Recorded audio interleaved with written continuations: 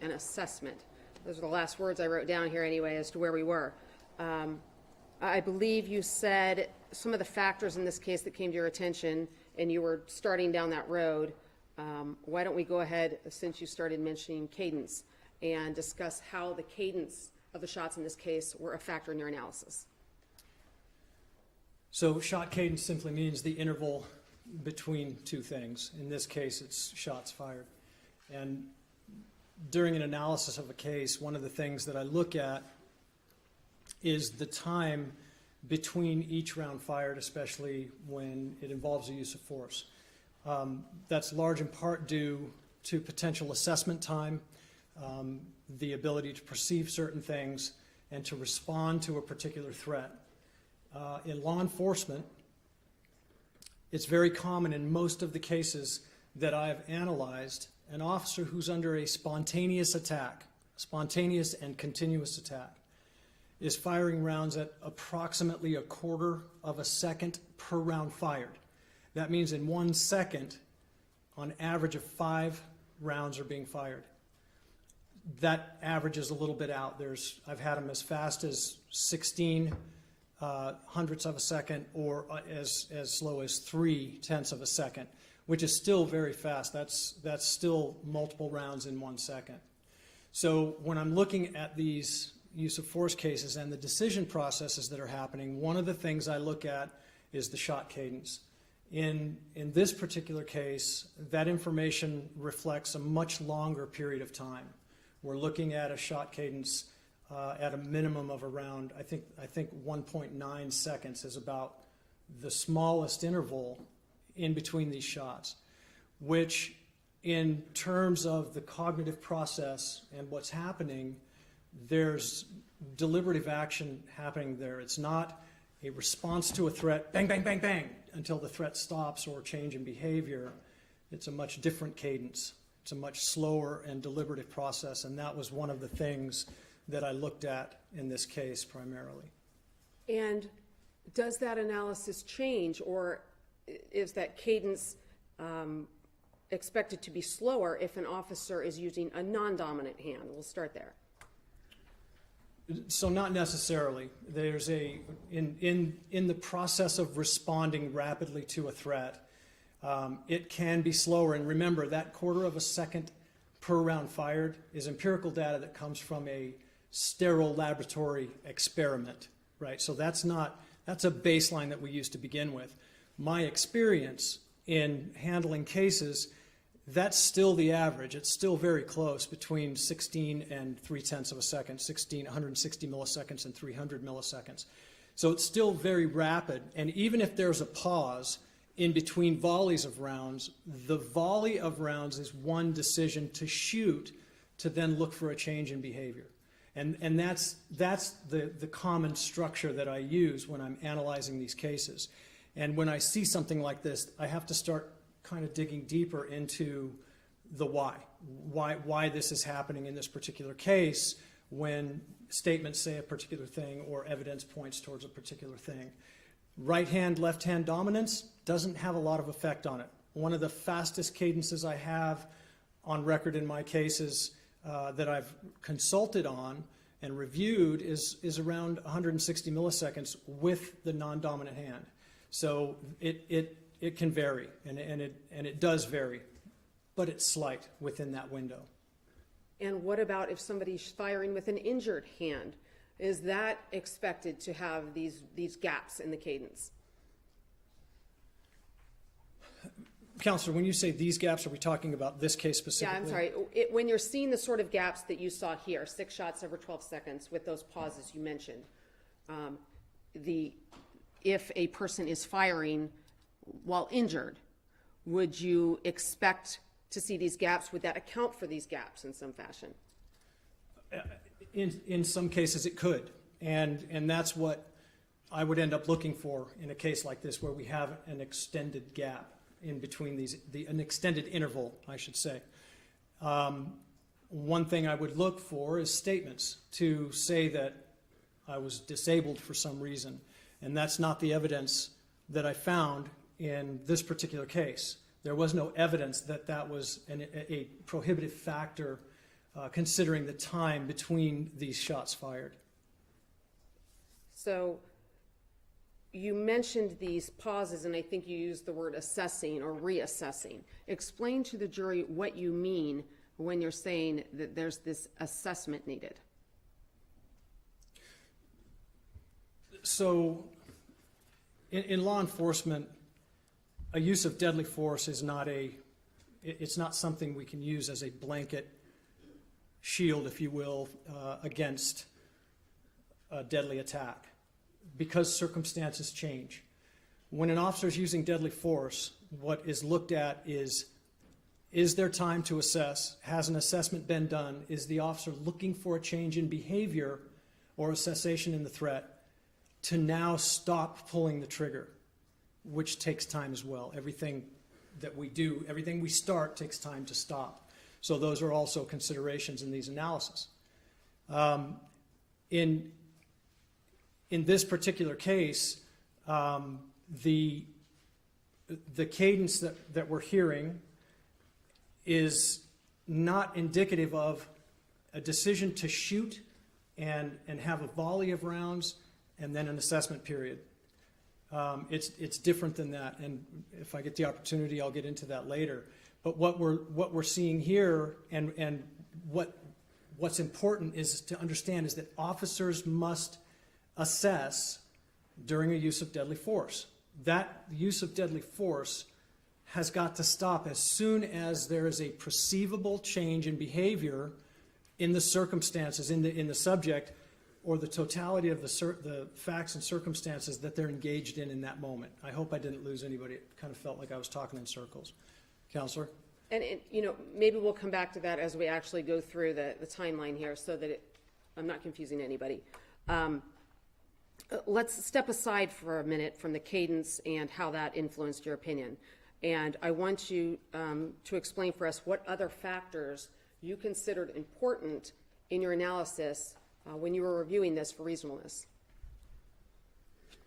So the factors that are important to me are, the way I look at these cases is I look at the actual event.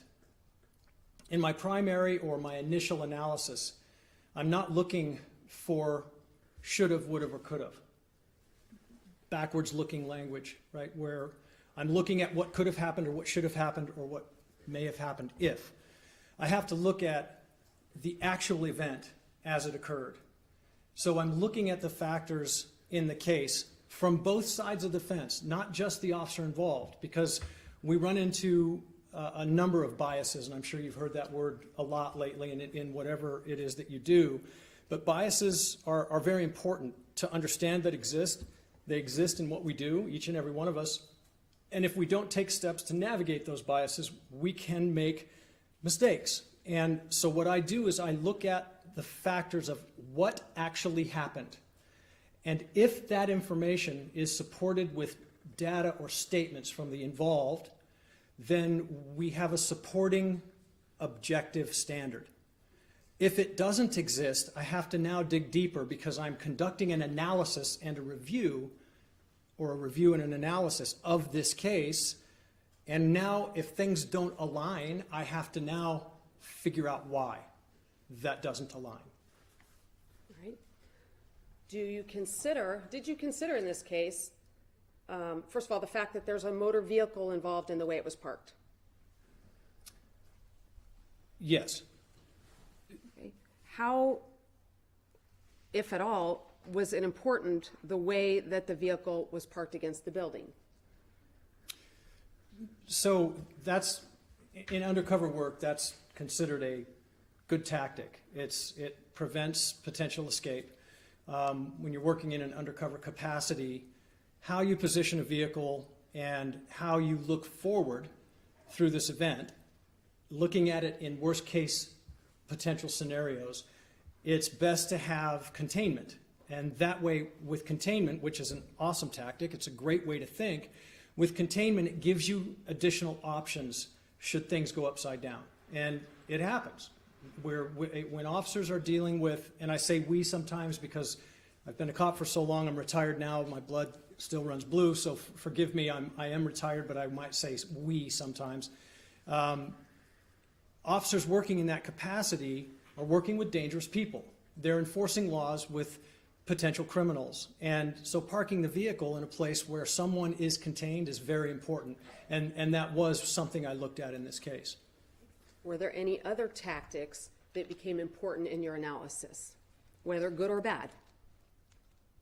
Another good tactic was having the child locks on the back doors of the vehicle engaged, so that should there have been attempted escape, the person is contained inside. Those are all great tactics.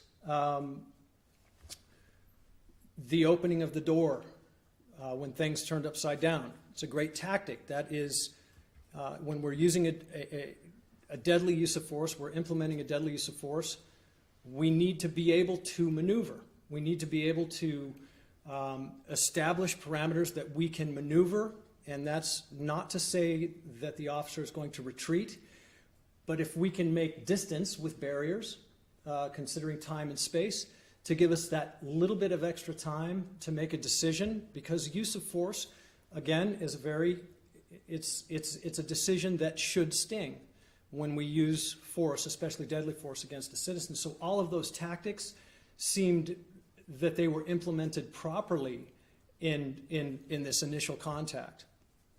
And on the flip side, did you find any tactics that weighed on the other side? Yeah, and so everything that led up to all of those tactics, potential containment, the vehicle door was never used as an escape route. It was never used to step outside of the vehicle to create that distance and time that we can stand out. Even if we have to cover with deadly force, we are still able to assess that very important component of taking those seconds to assess a change in behavior, to assess the fact that there may or may not be a weapon in play, because those are things that literally they can't be known in the heat of this moment. What officers are trained to do and expected to do is to look for a place to create some sort of time and space and distance to assess, if safe and feasible to do so. All of the tactics that led up to that allowed that safe maneuver out of the vehicle to assess. So if a person has already been injured or attacked in some fashion, is an officer safe to assume that another attack is forthcoming? That's a great question. And again, this is a case-by-case scenario. When an officer has been attacked, and this is where we have to look at both sides of the fence, the officer's perceptions, what is the officer dealing with in that moment? Regardless of what our opinions are on the other side, right? But we still have to consider both sides of the fence. The officer, in this case, is cut. That is a potential deadly attack. And yes, you can, in those moments, especially the moments preceding and following the decision to use deadly force, we have to be analyzing the fact that I'm under attack. Is this going to continue? That's absolutely part of the thought process. And what sorts of things do you look at to decide, is an officer under attack, or is an officer maybe in a position where he is attacking? Counselor, can you rephrase that question for me? I'm sorry. That was a terrible question. I'm sorry. You've mentioned when an officer is under attack, and I think I started it with saying just because an officer has been attacked or cut or threatened at one point, do you get to continue that throughout the duration, continue that subjective belief throughout the duration of an event? Going from that premise, we're looking at the subjective belief of the officer at the time, correct? Correct. And just because an officer has been attacked, is an officer then entitled to presume that he is going to be continued to be attacked? The presumption can exist in that, and I hope you understand the question. I think I understand where the question is going. The presumption can exist, And every step taken from that point forward should be made with the presumption that there's going to be a continued attack. Now, whether there is a continued spontaneous attack is the question. And when we look at this and we identify that, the fact is that that didn't happen, right? And there's one other component to this, is that we're looking at this under the color of law. But one of the issues that I'm looking at in the subject matter that we're talking about here is that there's a very high potential that Donna didn't believe that this was a police officer. There was no discernible markings, and we're talking about a criminal activity in a criminal environment where criminal things happen. So there's trust issues. I know this. I did the job. There are trust issues with the people that we deal with from a law enforcement side. And one of the sides that I looked at in this, and one of the questions I ask in nearly every use of force case, is was the officer identifiable clearly as a police officer? Because that's going to affect what's happening on the other side of the fence. And that can't be ignored, or it's not an objective review. Not talking about an objective standard, but an objective review. I have to consider the fact that the other person involved in this incident did not believe that there was a police officer in the car with her. And the evidence, this isn't my assumptions, this is what I gather from the evidence, is that this person believed that they were going to be harmed. They believed that they needed the police. And all of that is very evident in the audio evidence. And I can't ignore that. I can't ignore that at face value. So what I'm looking at is a police officer that's been injured, who the other person doesn't know is a police officer. Is that a defensive wound from the person that's dealing with the police officer? Is the police officer responsible for the escalation of this force simply by trying to control this person without this person believing it's a police officer? Those are all aspects that I have to look at in an objective and balanced analysis of this use of force. So in looking at this, you said you have to consider whether or not, first of all, it's important to know whether or not she believed he was a police officer. Yes. And in looking at what you reviewed here, you believed that that was problematic. Yes. Based upon your experience working undercover as well as all of your cases that you handle. Correct. In light of that, is there an expectation that a reasonable officer should behave in a certain way with what had transpired, with the I don't believe you, and options available to the officer? Yes, and this goes, and again, I have to clarify what's happening here, because I'm giving an opinion on a case because I've been asked to give an opinion. It's an objective analysis with an opinion. When the evidence doesn't match, the subjective evidence doesn't support the objective standard, and I identify that, I then have to start digging deeper and figure out why this isn't happening. So this sounds like reverse language. The officer should have, would have, or could have. Well, I have to get to that point because I'm not getting supportive subjective evidence to support the objective standard through Graham. Is everybody tracking with me on that? So I now have to look at why. And we have someone who's not clearly identifiable as a police officer with no contingent plan available. There's no backup. There's no badge. There's nothing to say that this is officially what I'm doing and you are officially under arrest. That never happened in this case. So part of my analysis is, why doesn't this meet the objective standard in my initial analysis? And that's the information I look at. In a situation where we're dealing with a known criminal that is more than likely under the influence of some sort of controlled substance. It happens very common. It's very common for it to happen, I should say. These are all things that cause police officers to do things in a particular fashion to give options in the case of a critical incident. And those things weren't in place on this particular matter.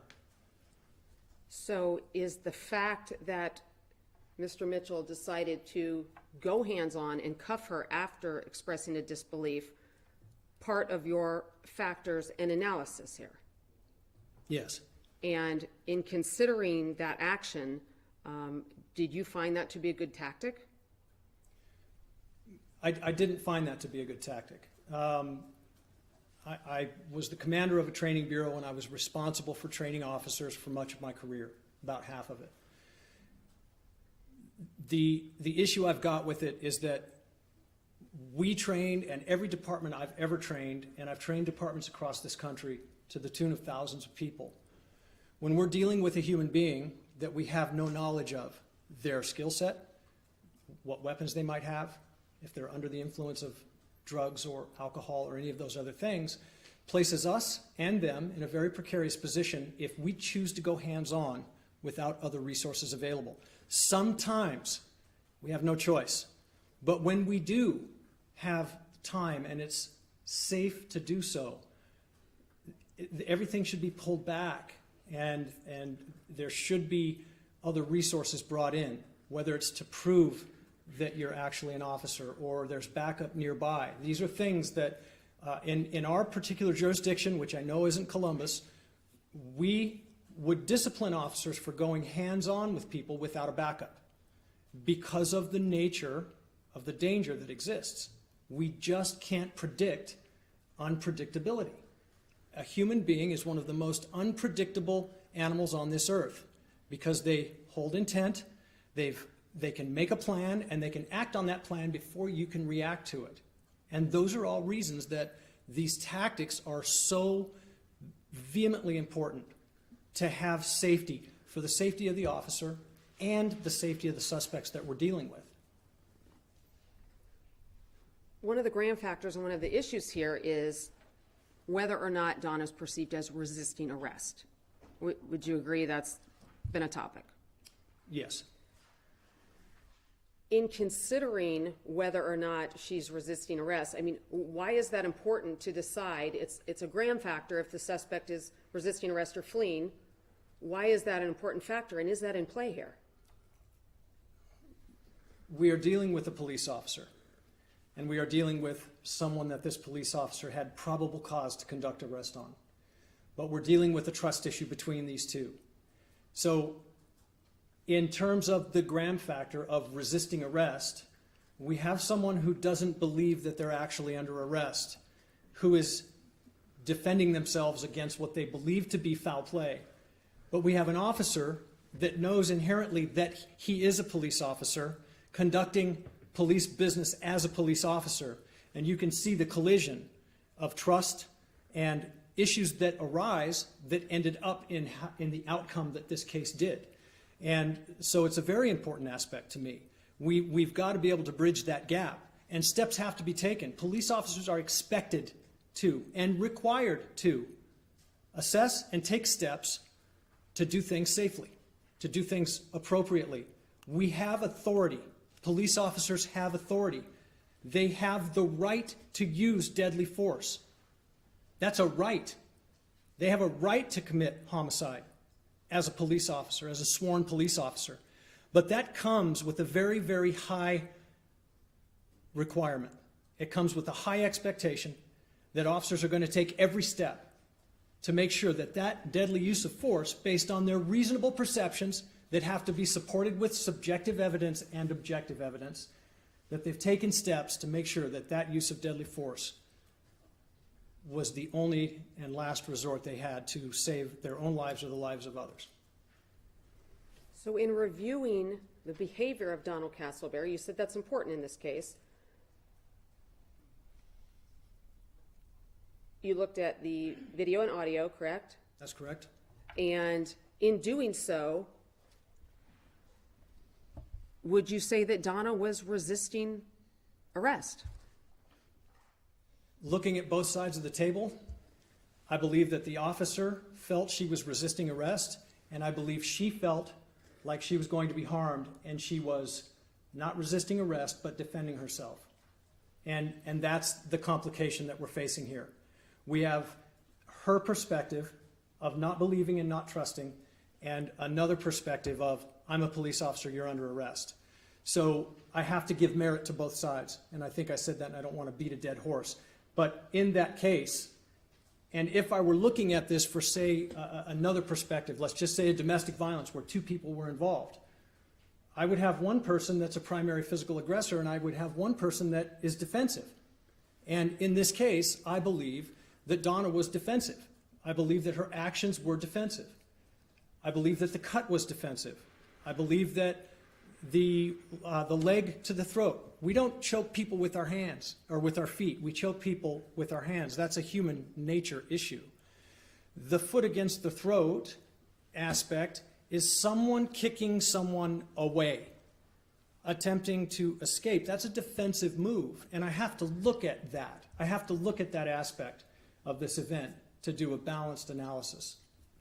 So you're telling this jury, your review, you believe that Donna's actions were defensive throughout this. Would that be accurate? I would say yes, primarily they were defensive. From her perspective, they were defensive. And you've said the cut, how can you call a cut defensive here?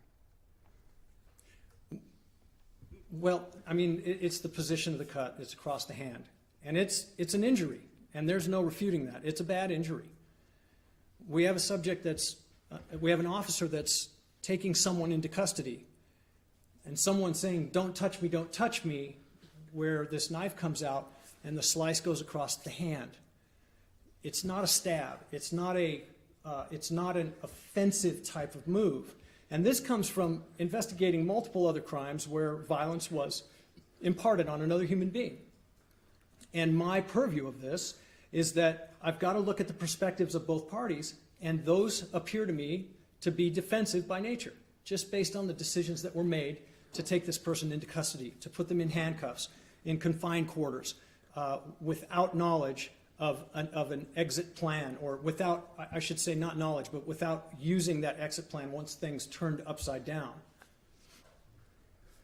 You said kicking with a foot, kicking away is defensive, correct? I believe in this case that could be determined as defensive, yes. What about movement throughout the vehicle? Did you find the movement throughout the vehicle to be defensive?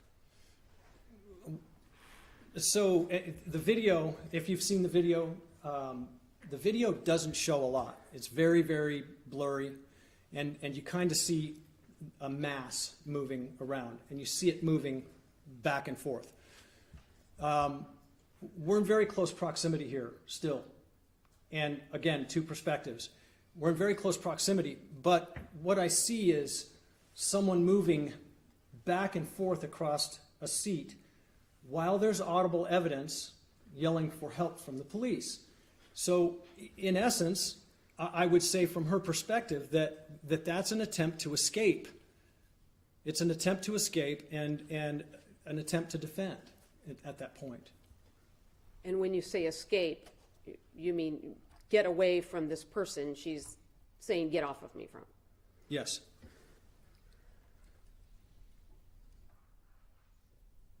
We, let me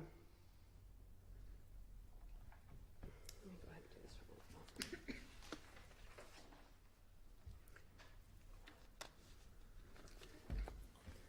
We talk about, and I apologize, I'm jumping around a little bit here, and I'll try to get back on track a little bit once we go through the timeline. The verbal cues by Donna Castleberry, would those be important as an officer to be assessing whether or not somebody is a threat? Of course they would be. But here's the issue, is that with verbal cues that we hear on the recording, that's part of my assessment. That's part of my analysis. I can tell you that they're audible. You can hear them in analysis. But I can't say definitively that the officer involved heard them. I can't be in the officer's head and say that you should have heard those, right? We can't say that because I don't know what the officer's focus of attention was at that moment. I can tell you what the evidence reflects. I can tell you what the statements say. I can tell you how those two things align. But I can't be in an officer's head and say that those were heard. Now, the caveat to that, if you don't mind if I carry on, Please do. one of the caveats to that is as human beings, if we're suffering auditory exclusion because, say, gunshots are being fired, which were in this case, and we don't hear the more finite level of recording that you've heard on the audio recording, the officer may not have heard that. But I will tell you that at that point, our focus of attention is on something either tactile or visual. And that's the way the human mind works, right? We focus on what's most important in the moment. And in this case, where deadly force is about to be used, if there's visual focus happening, that visual focus needs to be on identifying a change in behavior or a continued spontaneous attack. A continued spontaneous attack from this person, because we, in this position where the officer's been injured and there is a supposition that it's going to continue, then you need to be figuring it out, right? But there are other issues that have to be considered. If that's the fact, and there's time available, extricate into a safe position to cover, to give commands, to create communication, contain, communicate. Those are all important aspects of what an officer's assessment can drive them into doing in terms of making a decision tactically in a case like this. So would you characterize, you've mentioned spontaneous continuous attack. Would you characterize the actions by Donna Castleberry a spontaneous continuous attack here? So the first time that the officer is cut, it may be perceived as defensive from Donna's side. From the officer's side, that may appear to be a spontaneous attack, and that's irrefutable, right? There's an injury. One human being has attacked another. A continued spontaneous attack with somebody with a weapon is somebody who is continuing to attempt to kill you, to make a deadly use of force reasonable in this case. And that's what I'm looking at in my analysis. And the language gets tense when we talk about this. But when I don't get an alignment of the subjective evidence that's available, the statements that align with video and what the end result is, and I have to dig deeper into the analysis and figure out why that's happening. This is the difference between judgment and an analysis and opinion of a use of force case. Please understand that. So once Donna cuts Mitchell, does that give him carte blanche opportunity to shoot her? The answer is no. As an example, and this is an example that use of force experts use around the country, if an officer comes around the corner and he contacts an individual, and that individual matches the description of a bank robber who's just killed a teller, and that subject reaches into his waistband and pulls out a weapon and fires a round at that officer, throws the gun down and raises his hands before the officer can draw the weapon, the officer is not going to be using reasonable force if he continues through with shooting that suspect. And that's part of the risk that has to be considered in law enforcement. It's not carte blanche, even if an officer is injured. And this isn't my presumption. This is cases that I've worked on in the past. We can't assume that because there's been a deadly attack or a perceived deadly attack, that it's carte blanche to stop that person. The idea is to stop the threat. To stop a threat, the threat has to be ongoing. We have to assess and analyze the fact that these are the statements that are being made. Was there an actual ongoing spontaneous attack that warranted deadly force in this scenario?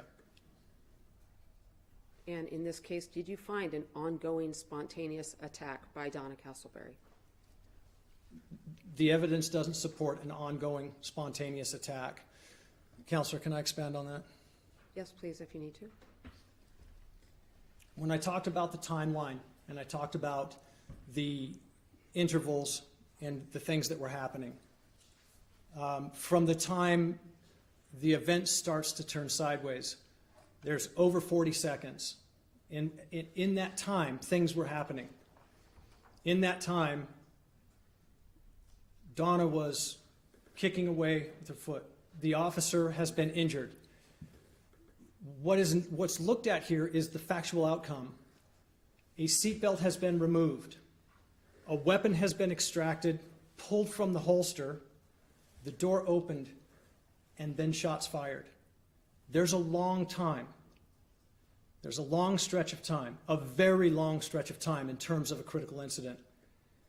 Critical mass, decision-making processes, a very long time.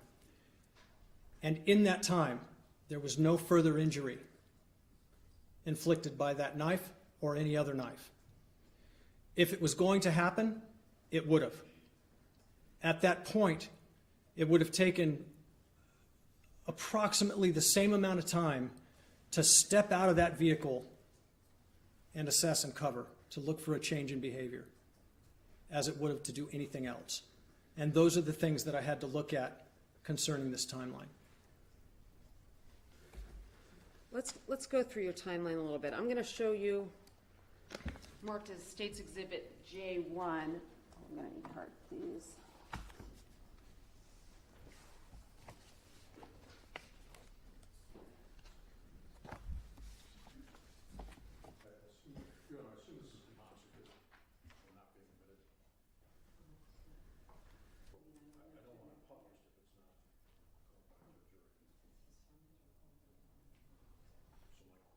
Let's approach.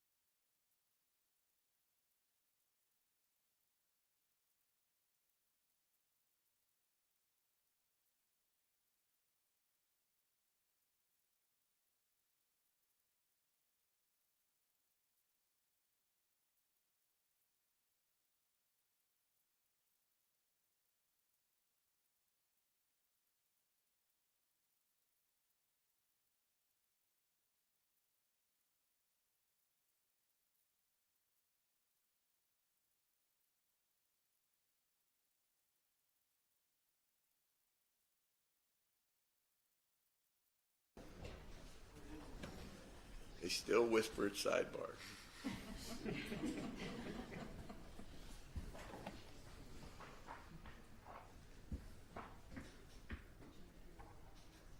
What? Thank you, Your Honor. All right, Mr. Borden. State's Exhibit J1, hopefully you could see this, is listed as timeline and transcription derived from encoded audio stream, and then underneath there's a portion, significant increments of time and intervals between occurrences. Do you recognize this information? Yes, I do, Counselor. And what does this represent? It's the timeline from the recorded data from this, I believe from the cell phone data that recorded this incident. Did you go through the tape and make this timeline? I did. And what was the importance and significance of you doing so? As I said earlier, it's just, this is one of the things in a use of force case that is one of the primary components that I look at, is the time that this entire thing took to happen and the time between important points. The notification that he sees a knife, the notification that he's been cut, the time that elapses between that time, which is a spontaneous deadly attack from the perspective of the officer. How much time is passing by at that point before the onset of, or the initiation of deadly force? So this timeline is very important for that purpose. And then you break it down further into the significant increments. Why is this increment, this portion here, most significant? It just outlines the things that that I looked at: the total event duration, the statement that the officer makes. I don't need to repeat it; you can read it.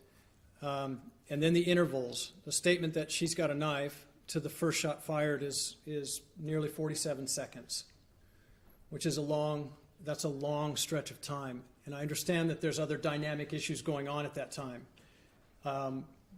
But we have to understand that during that time, there's a point where I know that a weapon was withdrawn, a seatbelt was taken off, and deadly force was implemented. And all of that takes time. So we look at the time she's got a knife, and then the total time to fire the 6 rounds, in this case, is 12.850 seconds. With the intervals listed here, the intervals they represent a deliberative action. They don't represent, in any case that I've handled up to date, they don't represent someone shooting to save their own life rapidly based on a spontaneous, continuing deadly attack. I'll leave that up for just a moment.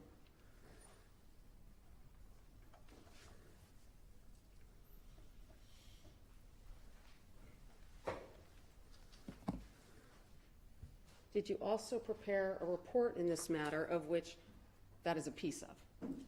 Yes, ma'am. I'm going to, if I may approach, Your Honor. You may? State's Exhibit I-3. With the light on? Shall we do What is that document? This is the second report that I was requested to do a analysis of this use of force.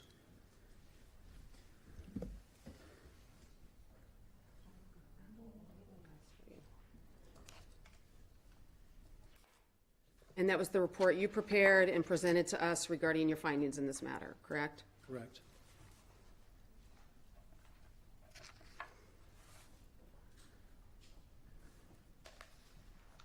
Are you familiar with the name Kevin Davis? I am, yes. Who is Mr. Davis? Kevin Davis is also an expert, I believe, and he's got a couple of books out, and I believe I'm not sure if he's retired yet or not, but I know he's an expert witness and consultant in use of force. And has he attended any of your seminars or trainings? He has.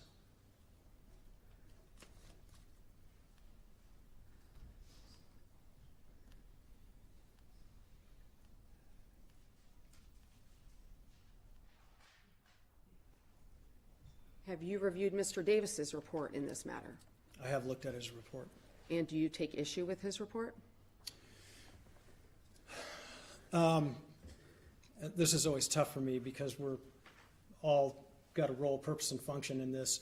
And I will tell you that I don't necessarily agree with some of the opinions that Kevin Davis has in his report. They're not the same as my opinions, I would say. And do you believe there's some reasoning that is not sound or based in law? Well, so I'm going to jump to the point. Some of the stuff that I read isn't substantively supported with evidence in the case. There's some assumptions, and that happens a lot in reports. There's assumptions that occur. And one of the other issues that I have with the report is that there's not a lot of consideration given to the change in circumstances and the evidence that supports the change in those circumstances. Understanding that we're looking at an officer's use of force, but there's another side to that had this particular outcome. So those were the things that I looked at mostly in that report, and I didn't spend a lot of time on the report. It came out I received that after my report had already been finished. But those are the things that I looked at, is that there's got to be a factual basis for something to be part of a report in an analysis. One of the statements that sticks out to me is that the officer lost consciousness, and there's no evidence of that anywhere. There's no evidence that I've read that the officer lost consciousness ever in this. I've heard that there was a close feeling of losing consciousness, things of that nature, but never an actual loss of consciousness. That's not a fact that's supported with any substantive information. And then not identifying the fact that there's a continual deadly threat happening because someone is still in an agitated state or moving or struggling. None of those, agitated state, moving, or struggling, none of those are a description of a deadly attack. They're a description of something very different. And so in my analysis, I need to know why. And we know that there's things going on in this car. We understand that. We can see movement, generally speaking, and we can hear the audio recording.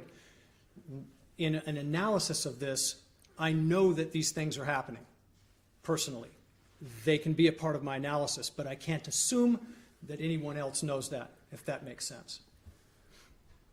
We've been hearing terms like shoot until the threat is stopped. What does that mean? Please tell the jury. I'm not going to beat a dead horse on this. We've talked about it quite a bit. We have to assess. We have to continually, police officers have to be in a constant state of assessment in the course of using deadly force because we're looking for a change in behavior. An officer who is applying deadly force is looking for a cessation in the threat. When that cessation is realized, perceived, and the officer has controlled that scene, then that is basically stopping the threat. But there has to be a valid threat occurring. There's got to be a deadly attack for that threat to be quelled with deadly force. There's got to be something going on. Now, there are cases where officers, and you've all heard them, there's cases where officers have fired their weapons at somebody that was unarmed. You've heard this in the news. And the officers were exonerated from any wrongdoing and found to be reasonable in the use of force. An officer doesn't have to be right, they have to be reasonable. But that is happening under a very extreme compression of time, where an officer is responding to someone who contextually had a weapon, and that person goes under the pants and comes up, and the officer responds with deadly force. And that person turns out to be unarmed. The officer was wrong, but the officer was reasonable based on the context of what's happening. That perception was reasonable based on the context that the officer was dealing with that potential deadly threat. And that happens more times than I'd like to say, but it does happen. So based upon your review of the materials, What is your opinion as to whether the use of force here was reasonable under the prevailing national standards? Based on everything I know, the evidence that I've looked at, my review and analysis up to identifying the objective standard and the lack of evidence that supports statements and things of that nature, my opinion is that this use of force is not reasonable. And I know we don't want to beat a dead horse, but if you would just highlight again, what were the important factors, I think you've already mentioned cadence, that allowed you to come to that opinion? What guided my decision in this is the simple fact that the increments of time that existed where assessment could have happened. The evidence showing that there was no continued attack. There was no continued attack happening, and the failure to note the change in circumstances and facts that were being faced in real time by the officer. Thank you very much.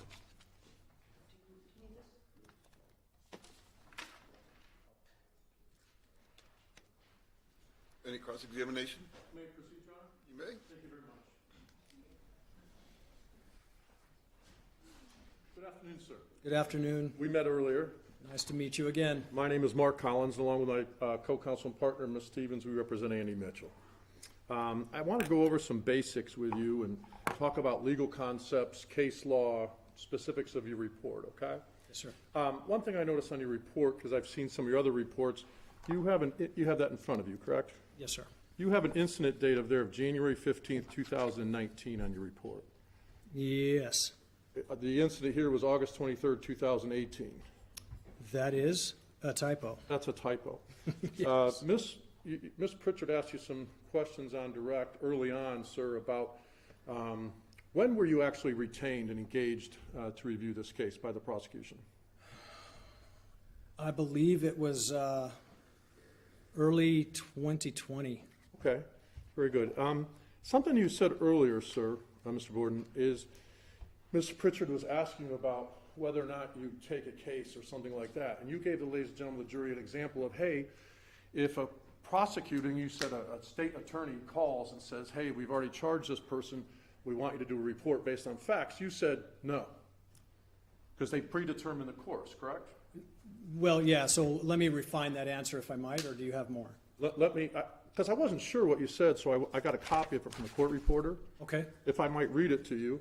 The question was, if someone were to ask you to take their case wanting to come to a certain opinion and have to say what I can do that, you said, yes, I have. Occasionally, I will get a case where the case has been predetermined. For instance, I will receive a call from the state's attorney office or something and say, hey, we got this case, we are indicting the officer, and here are the facts of the case. We need you to do a report. You said, well, hold on. If you've already made up your mind on this path, then my services aren't required. You said that to ladies and gentlemen of the jury, correct? Correct. You realize that the incident date here is August 23rd of 2018, correct? Yes. Do you realize that he was indicted on April 4th of 2019, correct? I'm not sure the indictment date. I'm going to take your word for it. So April 4th of 2019. So you prepared a report in June of 2020, correct? Correct. You were retained until sometime later in 2020, correct? I'm not exactly sure the dates, Counselor. You just told the ladies and gentlemen of the jury you weren't retained until 2020, correct? Correct. So you did, in this case, exactly what you told the ladies and gentlemen of the jury you don't do because the case has already been predetermined. An indictment means that the prosecution has already predetermined a path, correct? Correct. And Ms. Pritchard was part of the team that indicted this case, correct? That's correct. And she's the person that reached out to you, correct? That's correct. So exactly what you told the ladies and gentlemen of the jury about how you pick cases and how you do cases, you violated that in this situation, correct? No, I did not. Yes or no, you were asked to do your services after this case was indicted and they chose to indict. Yes or no, sir? That's yes, but I have a caveat to that. You can explain your caveats to Ms. Pritchard later on, okay? With all due respect, okay? Now, you also talked about, you reviewed Mr. Loomis's work, correct? I did. You're not certified as a LEVA person, correct? No, I'm not. You actually, he has more credentials in that area than you do, correct? In Actual technical video analysis, yes, Right. not video review and examination. Right. So you don't have even the credentials, but you somehow told the ladies and gentlemen that you, of the jury, that you reviewed his work and found it to be okay? Yes, Okay. Normally, it's someone with more credentials says that the work's okay, right? Not someone with less credentials. Is that a fair statement? no, Okay. So you're comfortable with people with less credentials reviewing someone's work and then saying whether or not they agree with it. correct. Credentials don't necessarily mean experience in How the about craft. certification?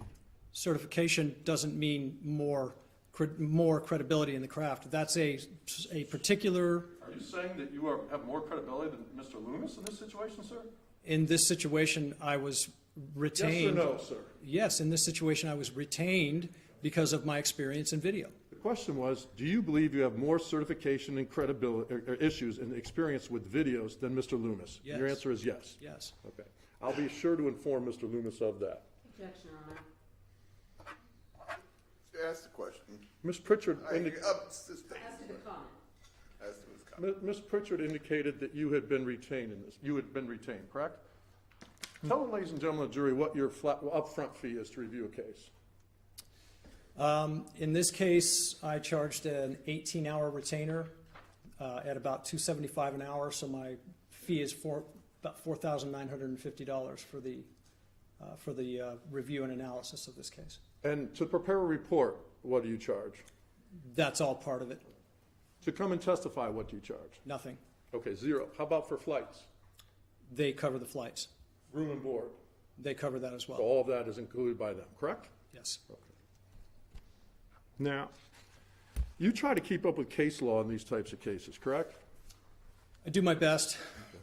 And you're familiar with Mr. Patrick's book, correct? I am.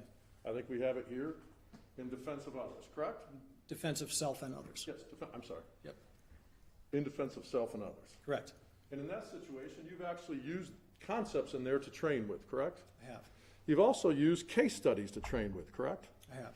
You've used case studies that your offices or your old department's been involved in, correct? Correct. And you try to use those types of treatises to improve on the training of law enforcement. That's correct. Okay. And you told Ms. Pritchard earlier that, yes, Graham and his progeny kind of give the national standard, correct?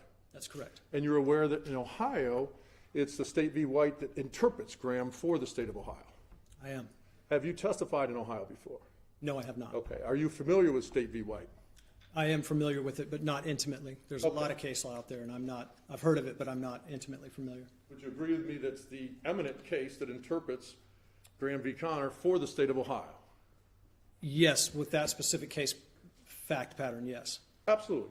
And we, in fact, sent that to you yesterday, correct? Because we didn't know if, in fact, you had reviewed it. Yeah, and unfortunately, I didn't have time to open that, but I do appreciate that. Okay. You didn't have time last night? I did not. You didn't have time this morning? No, sir. Okay. So you chose not to review it. Didn't have time. How long does it take you to read a case, would you say? To read and understand a case, for me, 3 to 4 hours. Okay. So you didn't have that. And you've been in town for 3 days, correct? I've been in town since Tuesday, correct? And you realize you're testifying in Ohio, so you didn't take the effort to go and say, hey, what's the seminal case in Ohio that interprets Graham v. Connor? You chose not to do that, correct? I did specifically because the fact patterns are different in that case. Still a use of force, but there's a vehemently different fact pattern. So are you saying State v. White isn't the interpretation of Graham v. Connor for Ohio? In that case, it is. Okay. Now, Graham and its progeny set forth legal parameters which kind of act as guardrails, correct? Correct. It acts like guardrails in the analysis, correct? Correct. Okay. And the guardrails are for individuals like you who are experts, correct? Yes and no. Also for law enforcement? No. Can I answer your question, or is this? It's a poorly worded question. I'll get to it. Okay. You're very familiar with Graham v. Connor. I am. And in Graham v. Connor, there are some factors that are laid out, correct? Correct. Okay. And there's specific verbiage that is used, correct? That's correct. In Graham v. Connor, words mean something, correct? They do. Okay. You used some words earlier with Ms. Pritchard. You used a trust issue, right? Nowhere in Graham v. Connor is there a concept of a trust issue, correct? Not in the case law itself, no. That's you, correct? Correct, that's a part of my analysis. But that's not, gives as a factor to review, the trust between the two combatants is not in Graham v. Connor, correct? That's not part of Graham v. Connor. The point of that is that we have to consider the perceptions of both sides in an analysis, remembering that Graham versus Connor is hindsight analytical tool for judgment. Actually, sir, Graham v. Connor states you specifically don't look at the perspective of the assailant, correct? Yes or no, sir? Yes, if the officer is clearly identifiable. Right, yes or no? So you're not supposed to look at the perspective of the other person, correct? In judgment, no. Correct. And so that's you kind of going outside the guardrails, fair enough? In your analysis. For a deeper analysis, yes. And again, you keep using the term deeper analysis. Deeper analysis never appears in Graham v. Connor, Tennessee versus Garner, or any of them, correct? Not at the judgment level, no. Okay. And you use a phrase, ongoing spontaneous attack. That's nowhere to be found in Graham or any of the other cases, correct? No, it's just calling it what it is. That's something that you created, that you use in your presentations to juries, that you use, correct? Yeah, to help understand, correct. But it's not something that Graham mandates that you do, correct? No, And you would agree with me that Graham mandates that an individual who has the elements for a criminal offense is lawfully allowed to use force to effectuate that arrest, correct? correct. In this situation, Mr. Mitchell had all the elements for a lawful arrest, correct? That's correct. He had every single right to use physical force to try to handcuff Ms. Castleberry, correct? That's correct. You also agree with me that the reasonableness use of force must be judged from the perspective of a reasonable officer at the scene, correct? I didn't say that. Graham versus Connor says that. I said you would agree with me that Graham v. Connor says that. Yes. Okay. You would also agree with me, as you stated earlier, you can't do 20/20 hindsight, no armchair quarterback or anything like that, correct? That's correct. Highly suspicious of training and studies that do that, right? You call that out. Yes, in certain contexts, absolutely. Absolutely. So when you're looking at the Graham factors that are outlined, that are in the verbiage in Graham, specific factors that are mentioned there, the number one, the severity of the crime at issue, correct? This is what? Factors in Graham that are actually in the text Correct. that give you guidance, correct? Yep. You're supposed to analyze things regarding these factors, and it's not an exhaustive list, correct? It is not. It's a balancing act, correct? That's right. No one more factor is more important than another factor. Depending on the fact pattern. So you might place some more, but Graham doesn't tell you to do that. Graham doesn't tell you, depending on the fact pattern, you should give this factor more weight or that factor more weight, correct? In the analysis, the jury instructions that formulate the... So you don't know what the, I apologize for interrupting, you don't know what the jury instructions are in this case, correct? I don't. Okay. I don't have any idea, but that's my point, is that those fluctuate. So what we're using for an analysis can be a number of things outside of the three-prong objective reasonableness standard. I understand exactly, but if you have every factor in Graham, they're all going to be in the jury instructions, correct? They could be. If you only have two of the factors in Graham, those two are going to be in, correct? Correct. That's not my purview. Exactly, but nowhere in Graham does it say, hey, you're supposed to do this one more than the other. If these are your two factors, you got to weigh this one more than the other, correct? That doesn't pertain. Not in Graham specifically. That's at the court level. Correct. Jury instructions. Exactly. A second factor that's always looked at, well, the severity of the crime, you would agree with me that felonious assault is a severe crime, correct? Correct. And you would agree with me that when someone takes a knife and cuts someone and receives 34 stitches and a blood transfusion, that's a dangerous situation, correct? It absolutely is. And that's a felonious assault. It's a violent, deadly offense, potentially, correct? Potentially. Okay. And are you aware in Ohio that if someone does lose consciousness, that qualifies for serious physical harm? If they did lose consciousness? No, I wasn't aware of that, but I would agree. You would agree. If Sure. if someone loses consciousness, that is a felonious assault here in the state of Ohio. Yes, I would believe that. So if someone's attempting to choke someone unconscious and they're close, that may be an attempted felonious assault, correct? If it's actually an attempted choke, yes. Absolutely, absolutely. The next factor is whether the suspect poses an immediate threat or safety to the other officers, correct? Correct. When, I'm not going to say this, but when Ms. Castleberry cut Andy Mitchell, she was an immediate threat, correct? Yes, at that moment, she absolutely was. Absolutely was an immediate threat. Whether she was actively resisting or attempting to evade arrest by flight, that's also in Graham, correct? Correct. Other factors, depending on the circumstances, whether it's night or day, correct? Could be, yes. Suspect's demeanor, correct? Yep, Size and stature of the parties involved, correct? sir. Whether or not someone's impaired and non-compliant.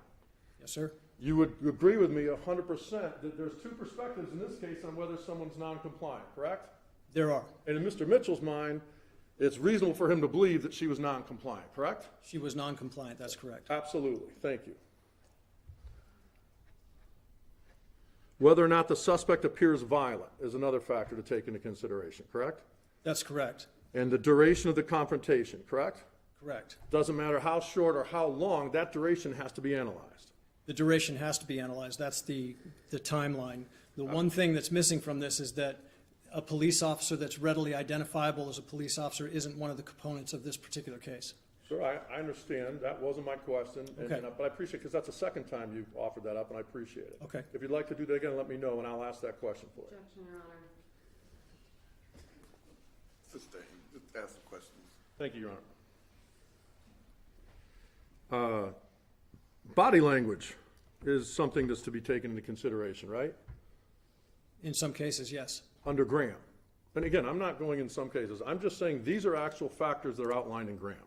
Under what jury instructions? Because they change from state to state. Are you talking about this circuit particularly? No, sir. I'm talking about in the case, the United States Supreme Court of Graham v. Connor. Every topic that I've brought out so far is in the wording there, correct?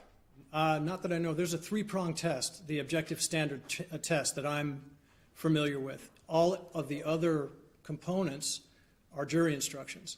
Exactly. That come from, in this case, State v. White. Correct. Okay. I apologize for that. Ignoring commands, things of that nature can all be possible, correct? It could be, yes. Sudden turns, State.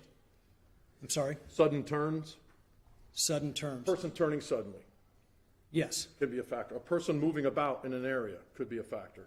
yes. Whether or not the person's in front of you, the side of you, or behind you, correct? Could be, yes. All right.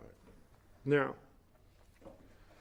you would agree with me, and I think you said this because you went around a little bit, that when you analyze the reasonableness of an officer, the relevant legal consideration, sir, is not whether the defendant should have done, correct?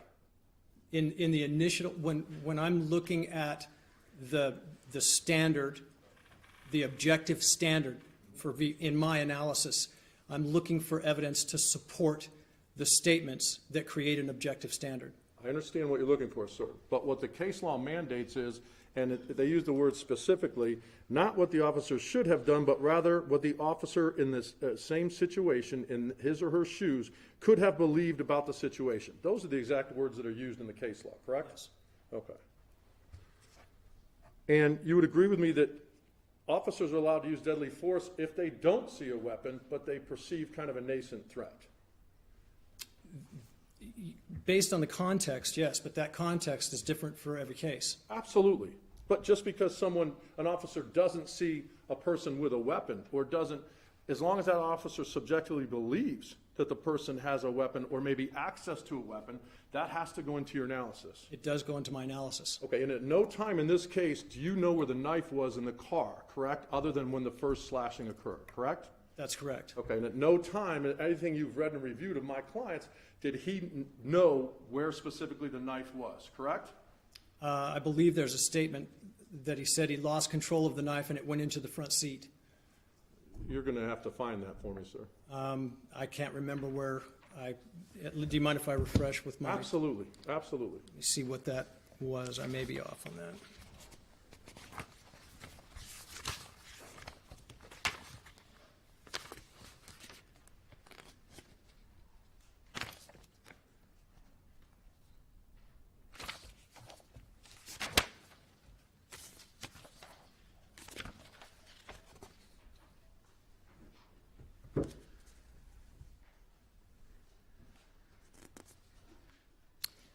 I don't have it here. I thought it was in the grand jury statement. Had it been in there, you would have written that in there, correct? In your report. Potentially, yeah. Potentially. You just testified to the ladies and gentlemen of the jury that you believed my client at some point had custody of the knife and Control dropped of the knife. it. Excuse me? Control of the knife. So- Whether it was in her hand or his hand isn't clear. So, but you just told, ladies and gentlemen of the jury, that you thought my client had control of the knife and then dropped it in the front seat. That is just false, correct? That's not false. I believe it's in the grand jury statement. Okay. I need to find You it. can look so- again, sir. Yeah. Want to take a 15-minute break now? Ladies and gentlemen of the jury, we're going to take our afternoon break. Do not discuss this case among yourselves. Do not permit anyone to discuss it with you or in your presence. It is your duty not to form or express an opinion in the case until it is finally submitted to you. About 15 minutes. All right.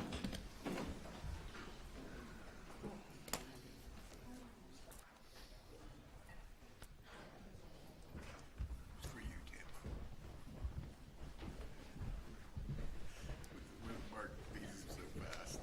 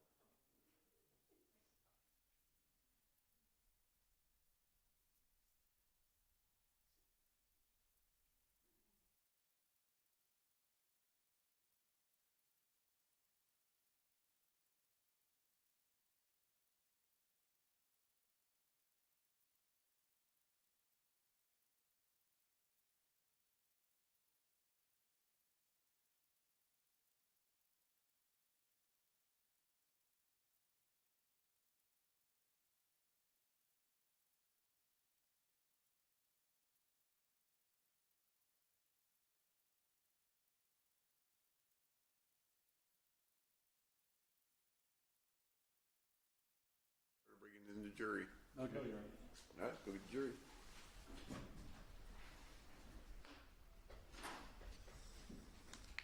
Do you need another bottle of water? No, thank you, sir. Okay.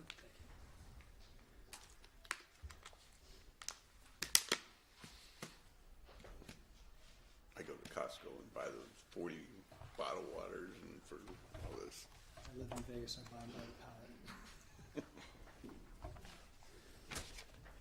Yeah, you need it out there. Yeah.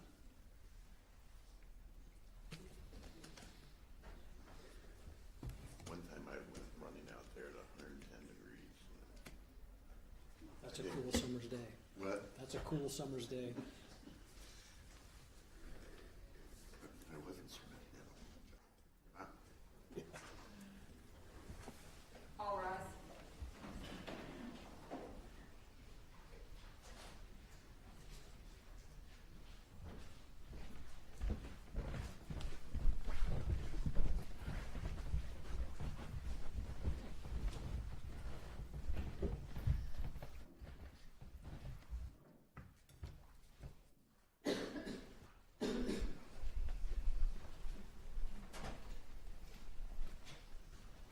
Everyone can grab a seat. And you're still under oath. Yes, sir. You're still under oath. All right, remain quiet. May. Thank you very much. Mr. Bourne, I think you had an opportunity to look and see, in fact, if you had that in your report. And I did, Counselor. It's section 11. Okay. Under inconsistencies. and what page number, sir? It's 24. And if you could direct me to it. It's going to be halfway down in the sentence, or in the paragraph. I didn't know where the knife was, that he was not aware of when she dropped the knife, correct? Correct, and then the next line is the inconsistency. Because conversely, when she asked about the first shots, Mitchell stated, because I knew she still had the hand on her knife. My question to you, however, sir, was you indicated, ladies and gentlemen of the jury, that you thought my client at some point had control of the knife. That's not true, correct? I don't think it's in my report, but as I was going back through this, there was a statement that he was in control of the knife. I don't think that meant it was in his hand. I think it was in her hand, and he was in control of it. I don't remember where I saw that. It was after my report was done, and I saw that statement somewhere. Okay.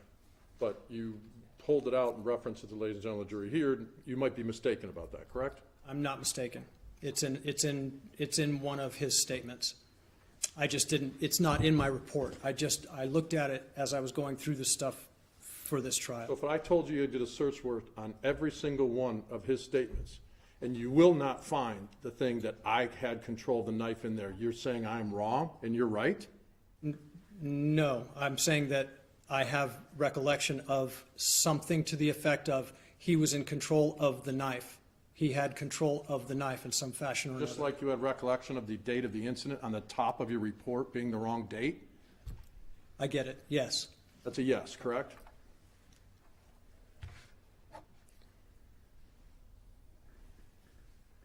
So you would agree with me, sir, that when when an officer is involved in a use of force, they can be mistaken, correct? Correct. And it can still be reasonable, correct? That's correct. A mistake of fact, correct? That's correct. It could also be a mistaken belief, correct? It can be, yes. Right, and those are all to be analyzed under the case law that's laid out, correct? That's correct. All right, and you're familiar with the Small versus the City of Alexandria?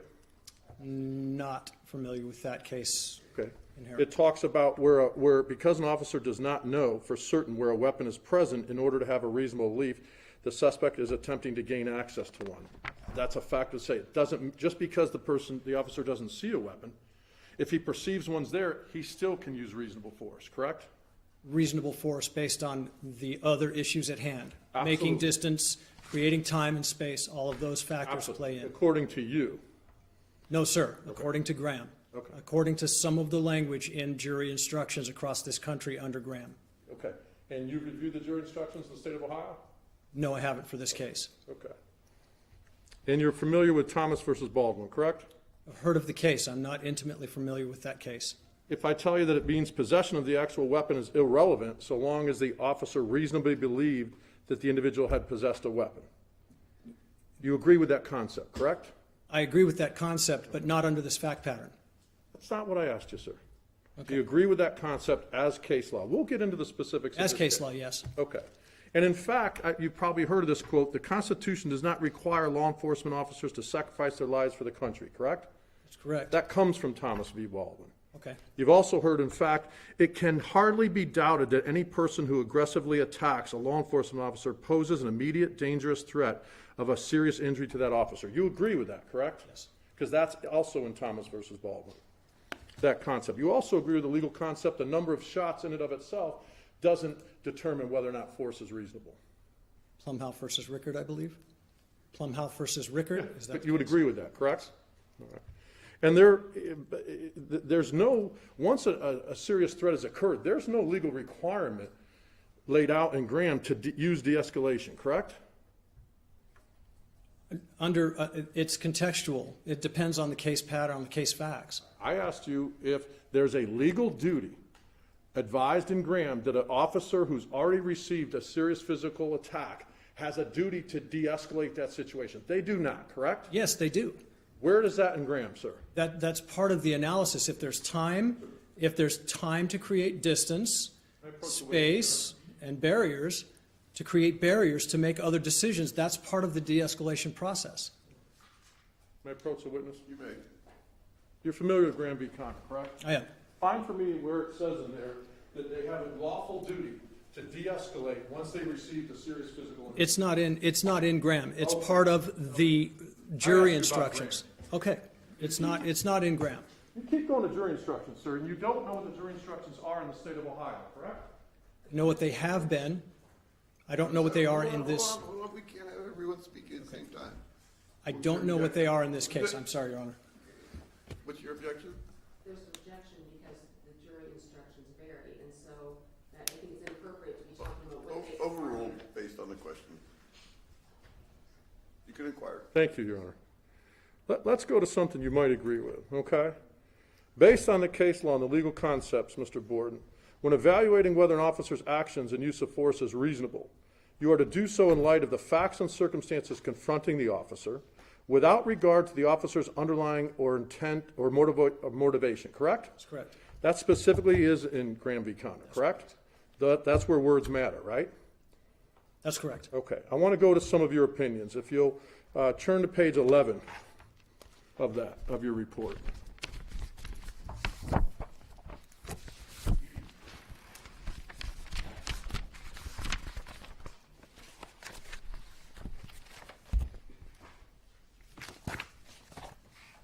Sir, I-3? Let me get you there, I'm sorry. Your subsection 3, expert analysis, opinions and conclusions. Okay. And then you get A, and that's A1, correct? Yes, sir. About 2 sentences down, you say, it is also my opinion that Mitchell acted out of a retribution and retaliation, correct? Correct. You give an opinion that contradicts what you're allowed to do under Graham, correct? That's correct. That's part of my opinion, Right. my analysis. But that's contrary to the law, correct? It's contrary to judgment, to the decisions being made by the trier of fact. That's my opinion, But you're based on giving- the evidence. You're giving an opinion that they're not supposed to hear, correct? You just said that. That's your opinion, but they're supposed to view it under Graham. They're supposed to view it, and you said the circumstances confronting the officer without regard to the officer's underlying intent or motivation. That is the law, correct? Still has to be reasonable. You put in yours, however, that you based it on what you said was retribution and retaliation. You specifically gave an opinion in your report that Graham tells you can't do, correct? That's correct. Okay. You also, on page 12, do the exact same thing up at the top where you say substantial attack, attempting to kill or inflict someone, the top part, substantial harm with a malevolent intent, my client did, right? The sentence reads, Mitchell, I'm starting, the decision to shoot were deliberate and thoughtful and not based on a response to continued attack by someone who is attempting to kill or inflict substantial bodily harm with a malevolent intent. correct. Okay. But again, Graham versus Connor tells you not to put that in there, correct? You put that in there. No, sir. Okay. The decisions to shoot were deliberate and thoughtful. That's based on the time, the timeline. There's time in between each round. Those were deliberate rounds. They weren't. Sir, you inserted the word malevolent intent. Malevolent means bad, right? Evil, right? They were not based on a response to a continued attack by someone who was attempting to kill or inflict substantial bodily harm with malevolent intent. Talking about her, not him. Okay. So someone, let's talk about her, okay? So someone who takes a knife and gashes the person, that's not malevolent intent? Not necessarily. Okay. Yes or no, is that a felonious assault, sir? It could be. On your screen, let's talk about that. On your time frame, on states J1, the demonstrative evidence, may I have that, please? Right here, Mitchell, and you prepared this, correct? That's correct. Mitchell says, just cut me. He doesn't say I cut myself trying to cuff her, right? He doesn't say anything like that, correct? Correct. So a reasonable person can infer that the other person took the knife and cut him, right? That's correct. Okay. You just told the ladies and gentlemen of the jury something different, sir. That's because part of my opinion is that that was a part of a defense from her perspective. We'll get to the defense in just a little bit. I'm just clarifying. It's crystal clear, sir.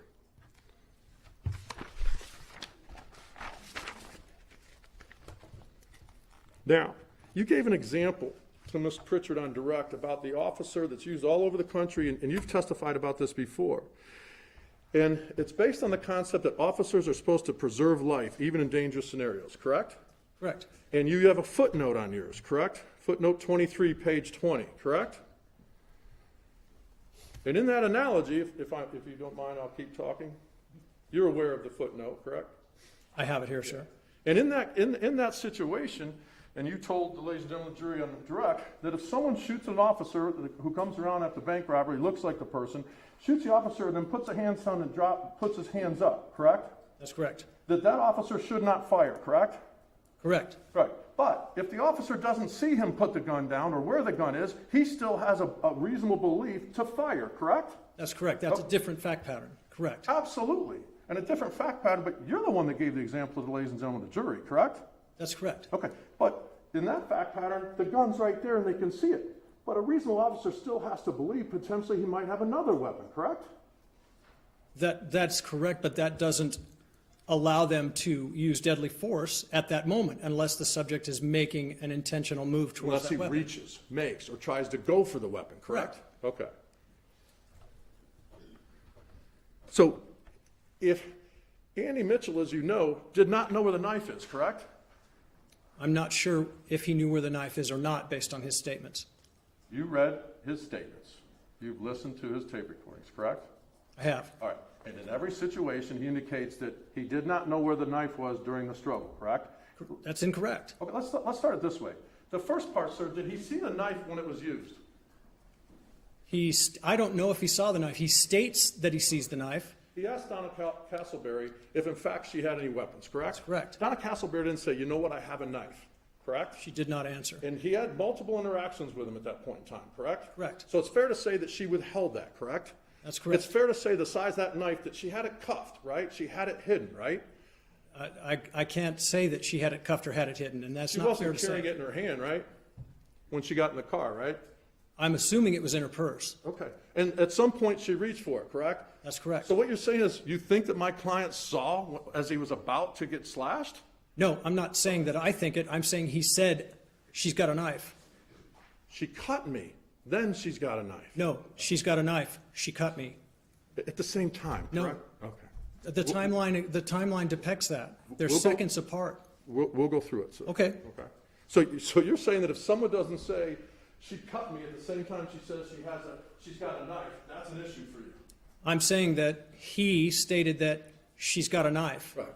That's all I'm stating. That's the evidence. So the evidence is that's the first time during the struggle that Andy Mitchell was aware that there was a knife in the situation. I don't know if it's the first time. I'm telling you that at that time he said she's got a knife. And I'm asking you, prior to that, there's no evidence whatsoever that my client knew she had a knife, correct? That's correct. Okay.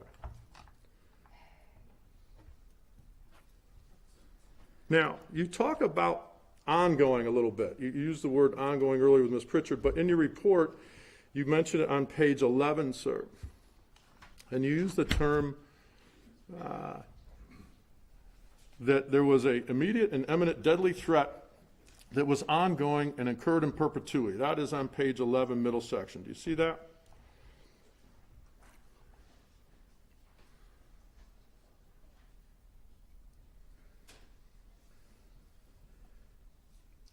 And not based on the standard of an immediate and imminent deadly threat that was ongoing and occurring in perpetuity. That's correct. And so then on page 12, okay,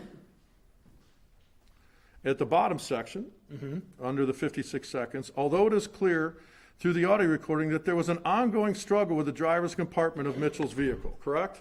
That's correct, an ongoing struggle. So in this, you don't mention in there, do you, about her choking him at any point, correct? In those sections about ongoing struggle versus threat. No, there's no, her foot's in his throat, and he's claiming that he's being choked. That's the ongoing struggle. He's claiming he was choked. You're aware, sir, that there was, his DNA was found on the bottom of her sandal, correct? Correct. So you're disputing the fact that he was being choked? No, I'm not disputing the fact that he's being choked. Okay, That's not but my you didn't include any of that in this section, correct? About the ongoing struggle or ongoing threat, correct?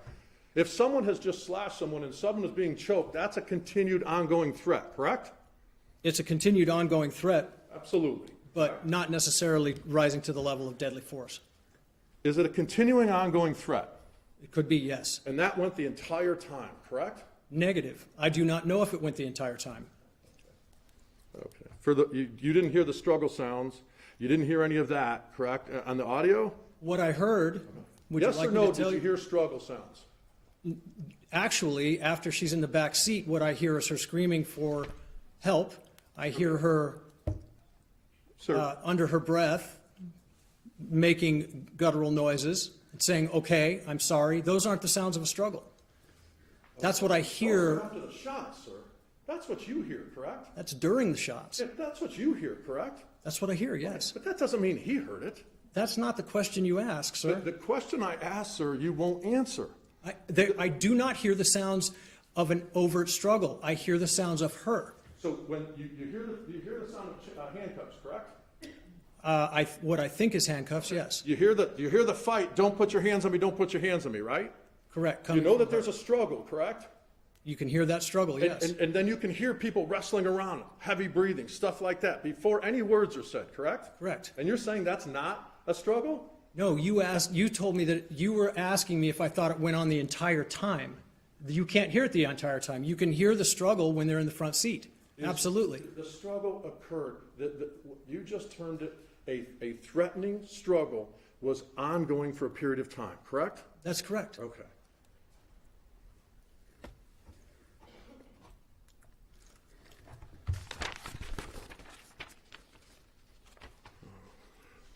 Now, we've talked about, Graham, we've talked about the choking. Let's talk a little bit more about some of your opinion was based on, okay? I want to go to page 10, back to page 10. All right, and the first one was, you put in there, in the second paragraph, sir, and I'll quote, Mitchell states, you don't have any weapons, do you? To which he never receives an answer. The question regarding weapons never came up again, and no additional concerns regarding weapons were ever voiced during the contact. Sir, on your own sheet, you hear him say in the thing, a knife, she cut me. You hear that, correct? That's correct. Okay, so, but your phrase is that he never expressed a concern for weapons after that, correct? She never answered his question about weapons. That's correct. She was deceptive about that, correct? That's correct. It's point blank, do you have any weapons on you? That's correct. She lied, correct? She didn't lie. She omitted. She didn't say anything. Oh, so now saying, hey, I don't have a weapon, or I do have a weapon is not lying if you omit it? No, I'm not saying that. She did not answer. The facts that I know of this case are listed in this paragraph. She didn't answer. That's why I put it in here. I can't say that she's lying. I'm saying that she didn't answer. That's the fact. But at the same time, you say that she believed that she had a perception that he was going to kidnap her, correct? At the same time, you do make that assumption, correct, sir? An assumption. That's based off of the evidence in the audio. Okay, let's look at based off the evidence in the Okay. audio, okay? in the actual audio, he says, you don't believe I'm a cop? And you hear her say, oh, I didn't say that, correct? She says, oh, I didn't say that. Correct. Okay, so that's her saying, no, I didn't say I don't believe you, right? Correct? It's her saying what you said first. It's not her saying something else. She He said, said, you don't believe I'm an officer. She responds, oh, I didn't say that. okay, Okay, right? yes, Okay. But somehow, now, this is an individual, and I don't know if you're aware of it, who had a warrant out for her arrest, correct? the warrant at that time had not been confirmed. Sir, a detective with 60 critical response teams and 18 lead detectives showed the ladies and gentlemen of the jury a warrant that was processed on August 21st, 2 days prior. Are you saying that that's not true? No, I'm saying that the officer involved did not know about that warrant at the time of the contact. Sir, Don't talk over each other. Just we're not talking about the officer involved. Right now, we're talking about Donna Castleberry's perception and what you gave assumptions for her, okay? Donna Castleberry knows she has a warrant out, right? Because she didn't show up for court, correct? Yeah, I don't know that. overruled me. Speculation? All you did on her stuff is on speculation. So there's a warrant out for her arrest. You've had experience in the vice unit, correct? Yes, Do female prostitutes who have arrest warrants want to go to jail? I don't think anyone wants to go to Correct. jail. So they will do whatever it takes not to go to jail, correct? That's an assumption. Dope sick, is that an assumption? Dope sick is a condition. It's a condition. What is dope sick, sir? Dope sick is someone who is requiring a fix or is having a craving for some sort of methamphetamine or heroin or cocaine. And in this situation, not only does she say that before, hey, this is where I'm going to score some dope later, right? Correct? Correct. Okay, so you hear that. The second thing is, in her system, you reviewed the coroner's report, correct? I did. And in there's very high levels of cocaine, of fentanyl, and a veterinary drug, correct? That's correct. All taken with at least 5 minutes prior up to 3 hours prior, correct? Yep. And those all have effects on an individual, correct? They can have, absolutely. And those all go towards noncompliance and compliance, just like Graham says, correct? They can. And nowhere in your report do you mention any of that stuff, correct? That's correct because Those are facts, correct? It's a fact that what was in her system, correct? it's a fact that was in her system. This is a fact that was not known by the officer at the time. I told the jury. We're not talking about what was known at his time. What we're talking about is your belief that Donna Castleberry, your entire premise is that Donna Castleberry honestly believed that he wasn't an officer, correct? Correct. Okay, so, but now let's look at it, the credibility of that, okay?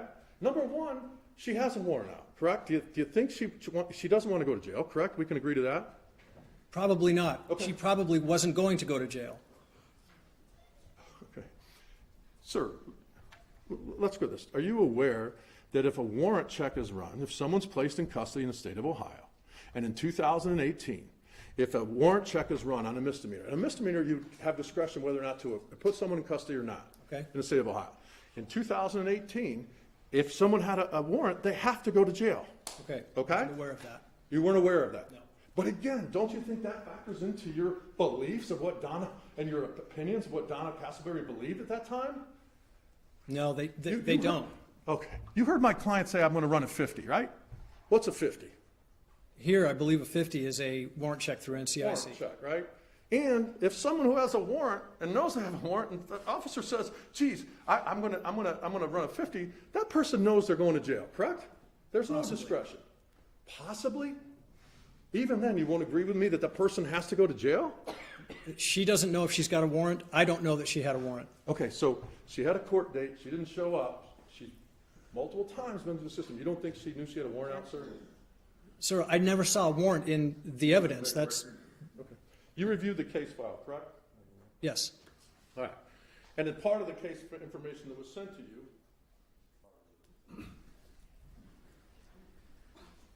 included some warrants for her and court dates, correct? It did, and it probably wasn't relevant to my, Wasn't relevant to yours. That's correct. If someone didn't want to be taken to jail, it wasn't relevant to yours.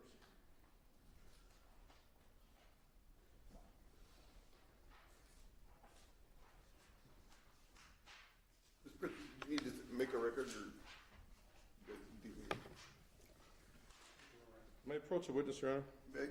I'm going to hand what's been marked for identification purposes, Defendant's Exhibit 3. Now, I received this from the prosecutor's office in the same file you did.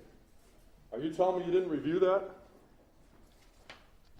If it's in the case material, I saw it. It wasn't relevant to my opinions. So in your objective and subjective balancing act, your deeper down dive, you have an opinion of Donna Castleberry, what she believed, and you don't go deeper and put that into your analysis? I don't, because the officer at the time didn't know this. This came in after the fact. You don't put anything in your report about what was in Donna Castleberry's system and how that might make someone react in terms of compliance or non-compliance, or whether or not they want to go to jail or not, correct? Correct. I've already given you the part of the transcript where she said, he goes, you don't believe I'm a police officer? She goes, oh, I didn't say that, correct? That doesn't mean she doesn't believe he's a police officer, because there's Now other you're making the statements. assumption, correct? No, there's other Okay. evidence that says she doesn't believe that he's a police officer. Okay, he shows her an ID that has his police uniform in it, okay? Okay? Number one, he shows her a U-10-100, okay? That, you can't get those in the public, even though she says you can, you can't, correct?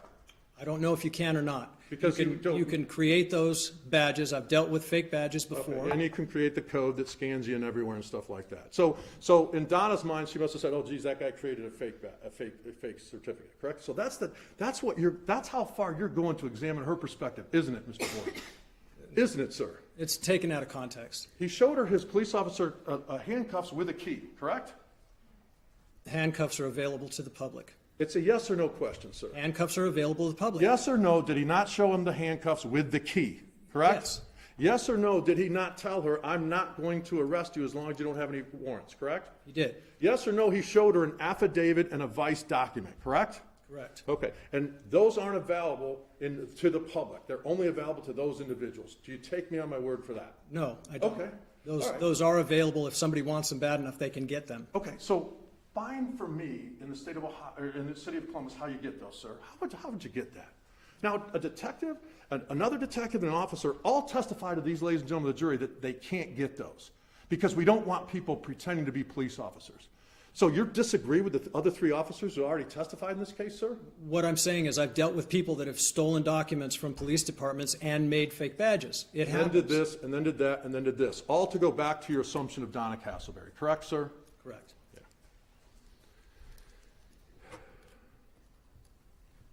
Now, on the bottom of page 10, okay, you indicate there was no further concern voiced by Mr. Mitchell regarding the presence of weapons until such time Castleberry used the knife in what appeared to be a defensive manner. You can't see into that car, correct? Nope. The word appears when you see something, correct? Correct. Okay, so you inserted appear into a report as though you viewed it. Now again, you know the basics of self-defense. Let's forget the case we're in now. The basics of self-defense, correct? Correct. It's pretty common across the country, correct? If two people are in a fist fight, a person can't insert a knife into a fist fight, correct? They don't get the self-defense instruction, correct, sir? I'm not sure what you're saying. Okay. Clarify that. In basic self-defense, you're not allowed to increase the level of force or the potential threat in the self-defense and still have that as an argument for self-defense. Are you aware of that concept? Yes. You don't bring a knife to a fist fight. That's what's said. Okay. If two people are fighting and someone pulls out a knife and stabs them, they don't get the defense word, correct? Correct. But you use defense word here, correct? You are losing me. I'm not. Sir, Take a breath and tell me exactly what you mean by this. Used the knife in appeared to be a defensive manner. You used first word is appeared. You didn't see it. Second word is in a defensive manner. Okay? So what are you saying, that Andy Mitchell caused himself to get cut because she was holding it there in a defensive manner? Is that what you're trying to tell these ladies and gentlemen of the jury? Do you mind if I tell the ladies and gentlemen of the jury exactly what I mean? No, yes or no, is that what you're telling them? That's not what I'm telling you. Okay. But you used the words appeared to be in a defensive manner. That's correct. Okay. So again, you're starting from the premise that she had to use it from a defensive manner. However, he was slashed, correct? You make this motion. Right. Is that your assumption of what happened, or is that what happened? That's the whole point, sir. Okay, Is that this you- is I this don't know- moon. Don't speak over each other. So that's Counselor, the if you whole mind point. if I explain what I mean by appeared? Ms. Pritchard will let you. do that. Okay, that's fine. In this situation, you make assumptions to make it though it appears she's being defensive, correct? You don't know what happened in that car, correct? You didn't see what happened in that car, correct? No one did. Correct. But you still give Donna Castleberry the benefit of the doubt on her perceptions, correct? Based on the evidence, yes. You didn't challenge it with any other evidence, correct? You With, didn't challenge it with any other facts, the warrant, all the other things. You didn't you didn't drill down on that information, did you? that evidence has nothing to do with the physical contact. Okay. All right, moving on. Okay.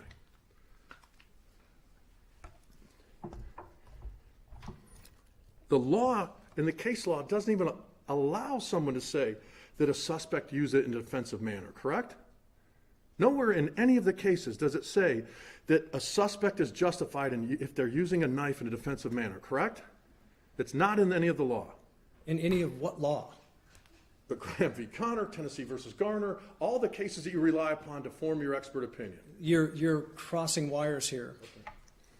Okay. All right. Let's go into another subsection that you have in your report, okay?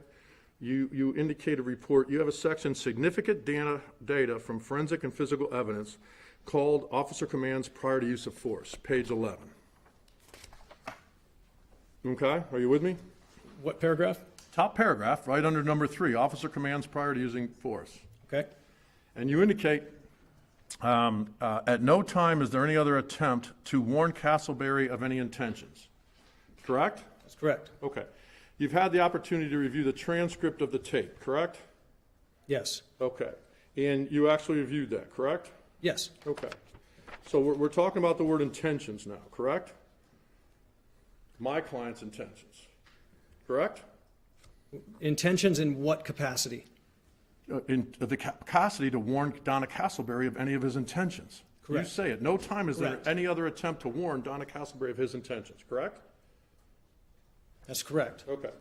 And you remember seeing him saying, I'm just going to cuff you for my safety, okay? I'm not going to do nothing. I'm just going to cuff you. Do you remember him saying that? Yep. That, in fact, is a warning or letting her know of his intention, correct? That's correct. Okay. So you just said he made no other attempts. No To other warn her of attempts prior to the shots being fired. Oh, His intentions in using deadly force, not putting handcuffs on and him, again, that's not in the law. The law doesn't require that, correct? if feasible and safe to do Tennessee so. v. Garber is feasible and safe, correct? Correct. And so at that decision, it's evolving, it's fluid, it's dynamic, correct? Absolutely. Okay, so it's not unreasonable that those words aren't used, correct? Not in every case. But you're saying in this situation that he had plenty, he told her plenty of his intentions prior to the shooting. No. What are you saying? He told her of his intentions to place her in handcuffs, told her of his intentions to arrest her, correct? Correct. Okay. So in the next section, sir, you say at the bottom of that, there were no other attempts to convince Castleberry that in fact he was a police officer and she was under arrest for charges linked to solicitation and prostitution. Okay? Yep. You are aware that right below where we just talked, it says, by Andy Mitchell, you're being under arrest. Yes. That's Talking notifying. about from the beginning of what the struggle is being heard before she goes into the back seat. Before he uses deadly force, there's no warnings of his intentions to use deadly force. And that's not a requirement if it's not feasible, correct? That's right, if it's not feasible. Okay. Very important. But you don't put those words in your report, do you? No, I don't. No.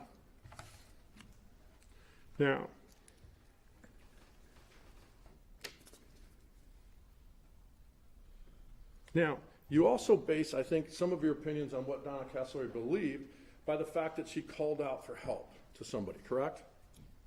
Part of that is part of the evidence, yes. Correct. And part of the evidence is that she was in a normal conversational tone at that point. Hey, can you help me, so to speak, right? When she was in the front of the vehicle, yes. Correct. And at that point in time, the individual who was outside left, correct? I'm not sure if they left or not. I don't know where they went. Well, they weren't in view of the camera, correct? They weren't in view of the camera. That is absolutely accurate. Okay, so, and they're seen leaving the camera area, correct? Once they're off camera, I don't know where they went. I don't have that information. I'm not saying you do. Okay. Okay, but in that situation, that person was there, correct? And continued to walk out. Then there's about another 15, 20 seconds before things heat up, correct?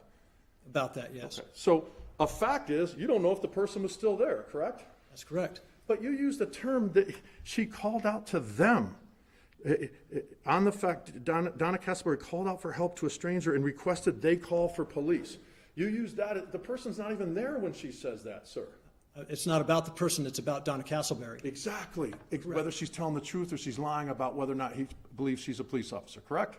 What? You've taken this completely off track. No.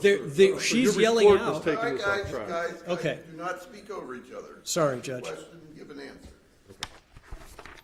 Otherwise, Tammy will speak there. Now, page 15, sir. Top part, analysis of movement and time compression. You put in there, at the time shots were fired, period, there is no possible way that Castleberry could have continued to harm Mitchell at that point in time. Correct? Those are your words. That's correct. You don't know where the knife is at that point in time, correct? That's correct. She might have the knife, correct? She might. She might have the knife as she's going from the front to the back. She has the ability to slice his neck right there, correct? Potentially. Okay.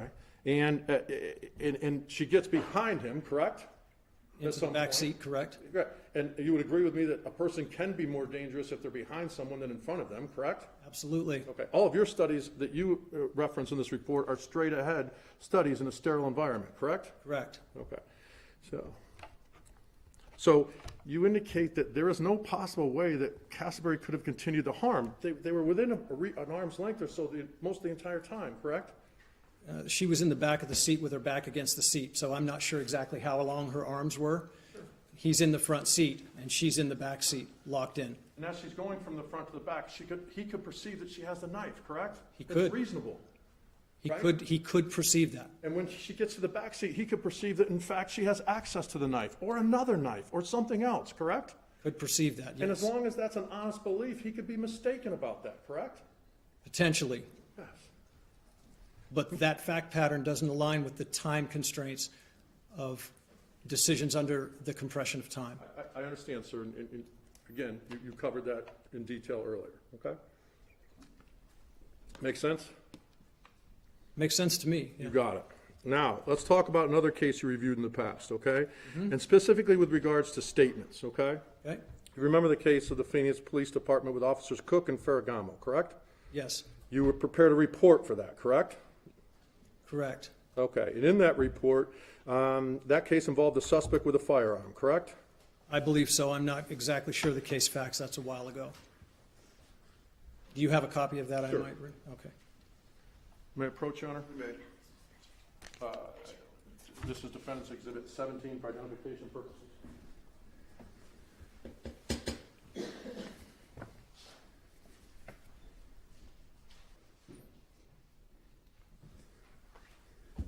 Maricopa County, yes, I'm familiar. Okay, and in that situation, the suspect was armed with a firearm, however, he didn't use it, correct? That's correct. The officer shot him dead, correct? That's correct. And in your analysis of that case, you opined that the actions were potentially dangerous from the perspective of the officers, correct?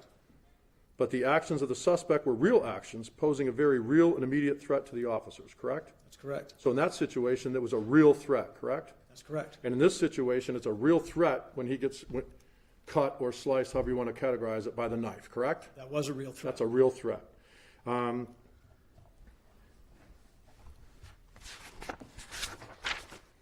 In your analysis of the Phoenix case, you explained the decision to use deadly force must be based on possibility of deadly attack from the suspect, not the possibility of a deadly attack, correct? The probability, that's correct. Absolutely. Probability of a deadly attack not the, from the suspect, not the possibility of the deadly attack, correct? That's correct. And in words of probability and odds, the odds are probably higher after someone's already committed the first attack that they might commit the second attack, correct? That's speculation. I can't make that speculation. Okay.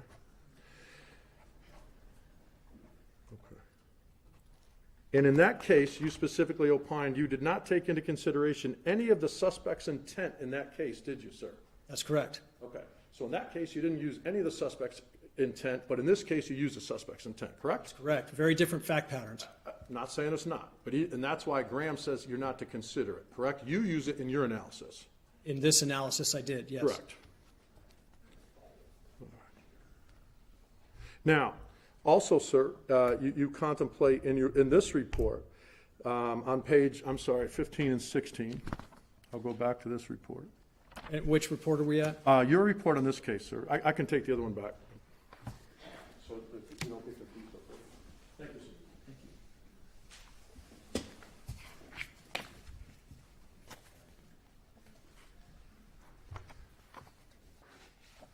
And let me find it specifically.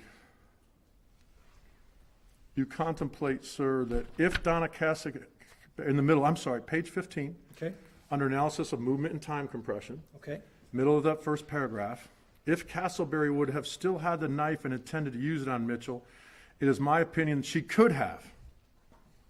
correct. Right? And we just talked about that, correct? But you're saying the fact is that didn't happen, right?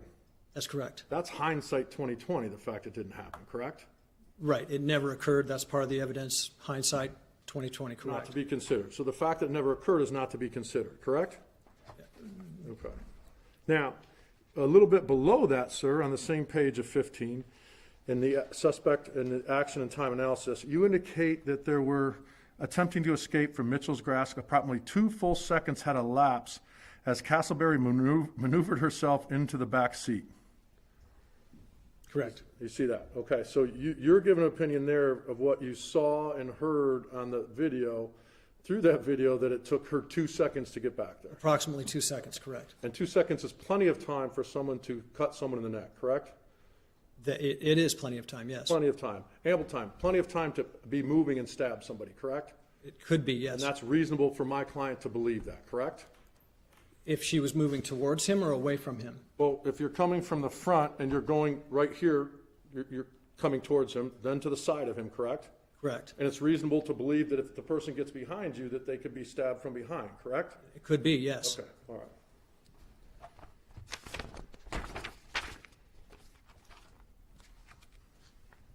Now, you base your opinion here on the officer having reassessed the threat, correct?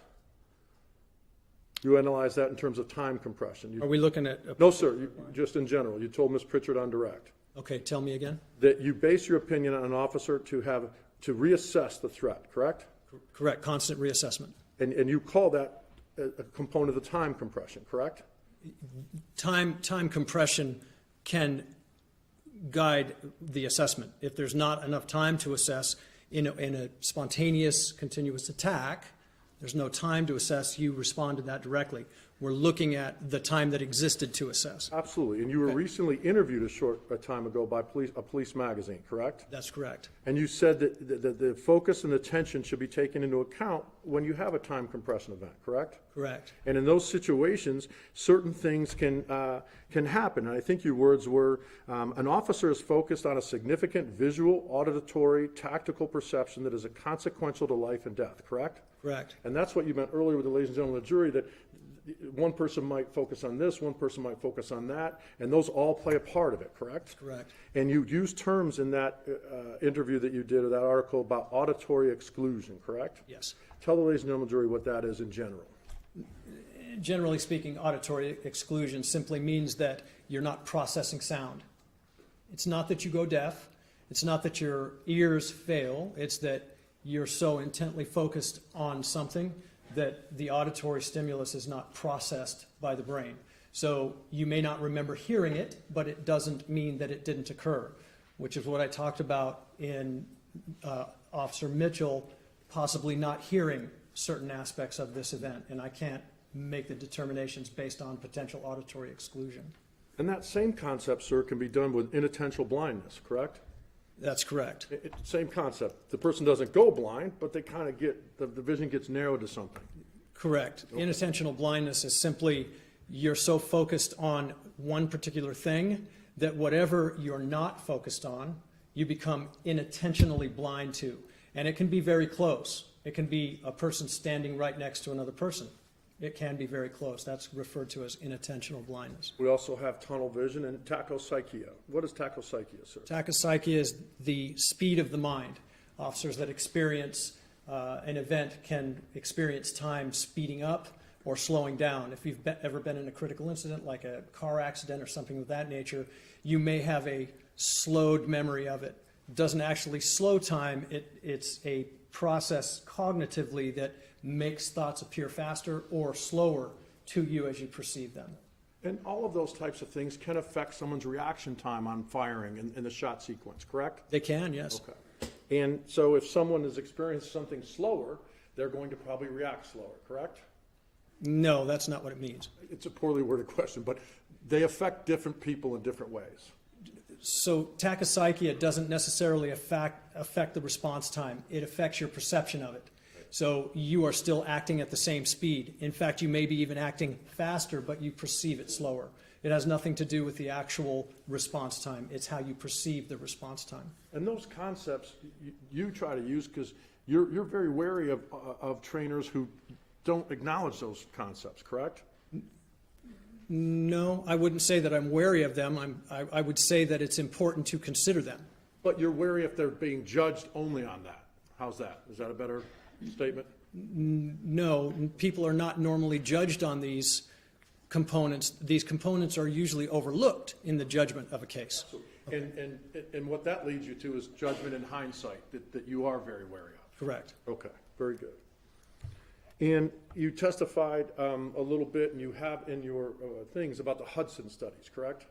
Yes. Okay, in the Hudson studies, that's where you talk about the reaction time and things like that, correct? I believe so, yes. Yeah, and in that situation, it's in a sterile environment, correct? That's correct. And the studies focus on one target in front of them, correct? That's correct. And they aren't done in a confined space where someone's in a car seat, correct? That's correct. They're not done where someone has an injured hand, correct? That's correct. They're not done in a hyper-evolving stressful situation or struggle where someone has been choked, correct? That's correct. Okay, so the studies you're talking about are just in a laboratory and very sterile. They're a baseline empirical data based on human movement. And all of those situations can affect reaction time or shot time, correct? They can, yes. Okay.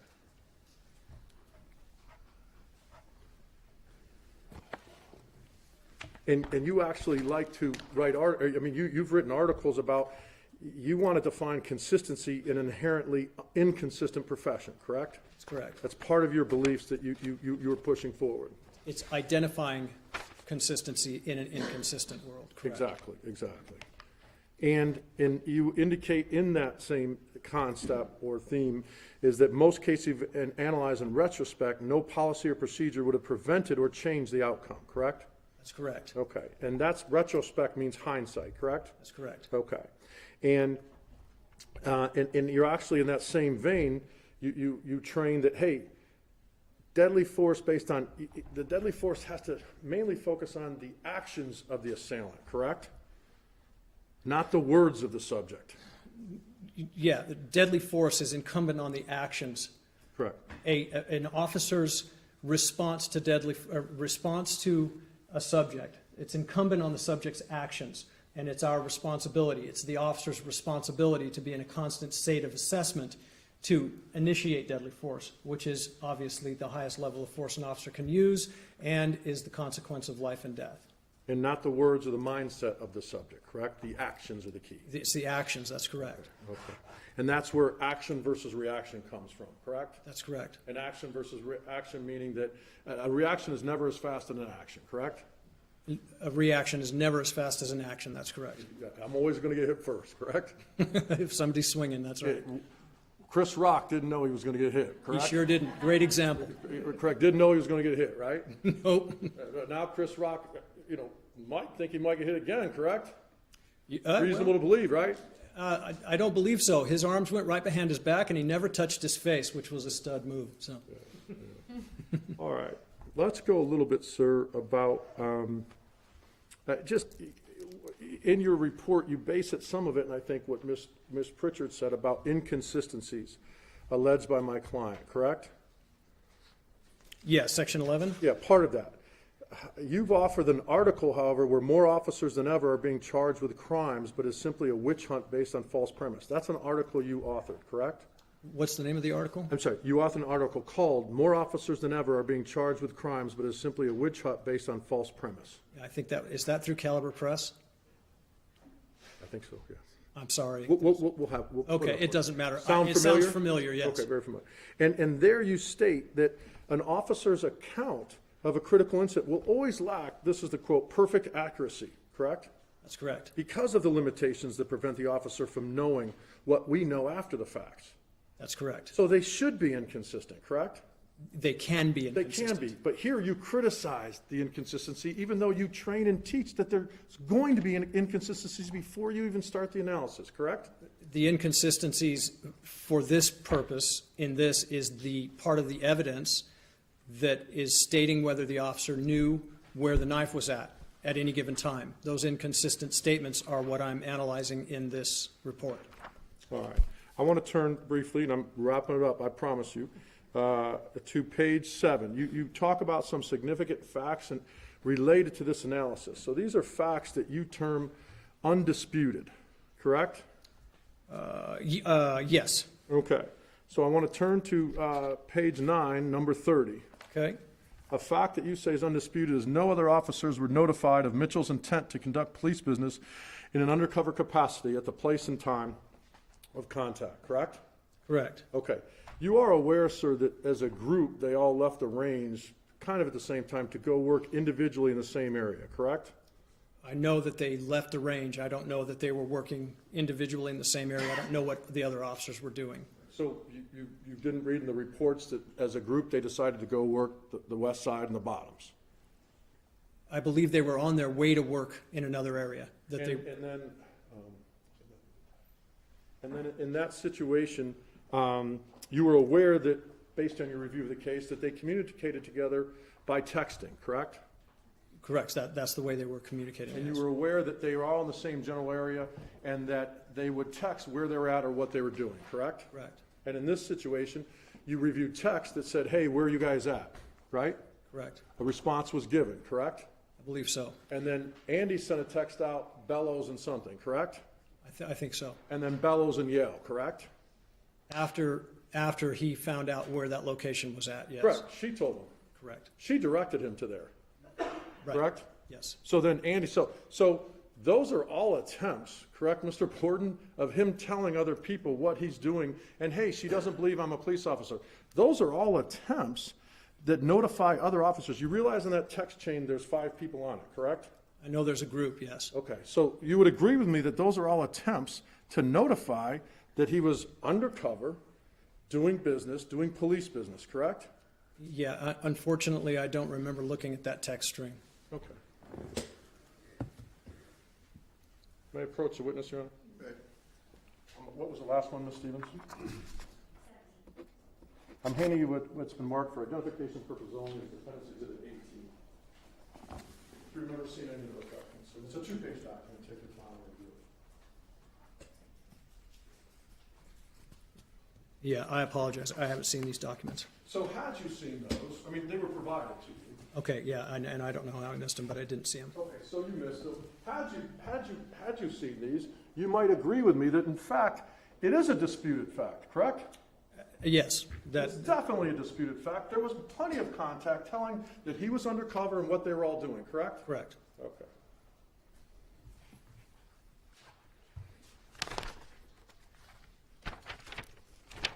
Go to page 7, or page 8, I'm sorry, number 4.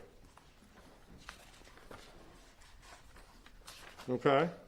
Okay, You put as an undisputed fact, Mitchell parked his unmarked undercover vehicle behind a building and out of sight, correct? correct. Have you been to the scene, sir?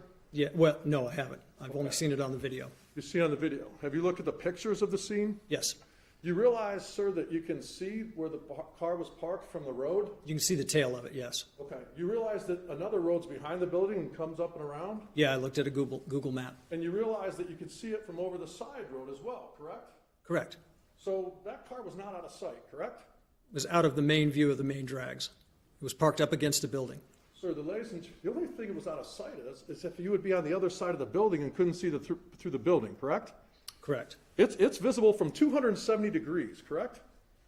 I'm not sure. Haven't been to the scene. So it's not hidden, right? It's not out of sight, correct? If you're saying it's not, my purview of it was that it was out of sight except for the tail end of the vehicle. And you've been in town since Tuesday, correct? Yes, that's There's correct. no reason you couldn't have examined the scene. The ladies and gentlemen of the jury were out at the scene and they examined it. There's no reason you couldn't have, correct? I probably could have if I had time, yes. Okay. If you had time on Tuesday or Wednesday? Correct. Okay. I've got Zoom depositions and other business going on. All right. Again, I think we've gone over this one, 19. Fact, Castleberry uses a knife to prevent Mitchell from placing her in handcuffs during the encounter. That's your undisputed fact, right? Yes, based on the evidence that I reviewed, yes. Based on the evidence you reviewed, it's also a potential fact that she committed a felonious assault on him, correct? Not And that's my why he purview. couldn't get the handcuffs on, correct? No, that's not my purview. That's not my opinion. Okay, but you agree that that's a disputed fact, right? That's not your opinion. They were attempting to put her in cuffs, and she used a knife to prevent it. That's a fact. So she didn't use the knife to like block it and say, no, you can't use the cuffs. She cut my client, correct? There's a slash, yes. Okay. Okay. Next one, 21, while we're talking about cuffs, okay? Undisputed fact, a struggle ensues as Mitchell continues his attempts to handcuff Castleberry until the handcuffs fall out of the vehicle, correct? Correct. When you open a door, something falls out, correct? What's the statement? When you open a door, something might fall out of the door accidentally, correct? Could. On that video, you see a hand take the cuffs and throw them out, correct? Correct. So they didn't fall out, correct? They Yeah, were placed there by Miss Castleberry. They were thrown down by Miss Castleberry. Yeah, they fell out of the car. They were placed out of the vehicle. So you believe that you use the word fall out. You don't say that I viewed an undisputed fact that Miss Castleberry took the handcuffs and threw them out of the vehicle. That's the undisputed fact, correct? Correct. Okay, but you chose to word it a different way. Obviously. Obviously. 27 and 28. Take a look at those, sir. Page 9. Undisputed facts. Mitchell did not radio or call for additional units. Mitchell requested assistance due issue of not having any other effective form of communication. You agree with me now that you're wrong about those, correct? No, I don't. Okay. So you want Andy Mitchell, while he's in this struggle, to call someone on his phone. That's what you're saying here. No. Okay. So in number 27, Mitchell did not radio or call for additional units or police assistance at any time during this incident. Isn't it a fact, sir, that he texted people to come here? Correct? Correct. Isn't it a fact that he sent a 10-3 for people to come here? I didn't see that. You're correct. But there's no radio. He didn't use any radio to call for backup. He didn't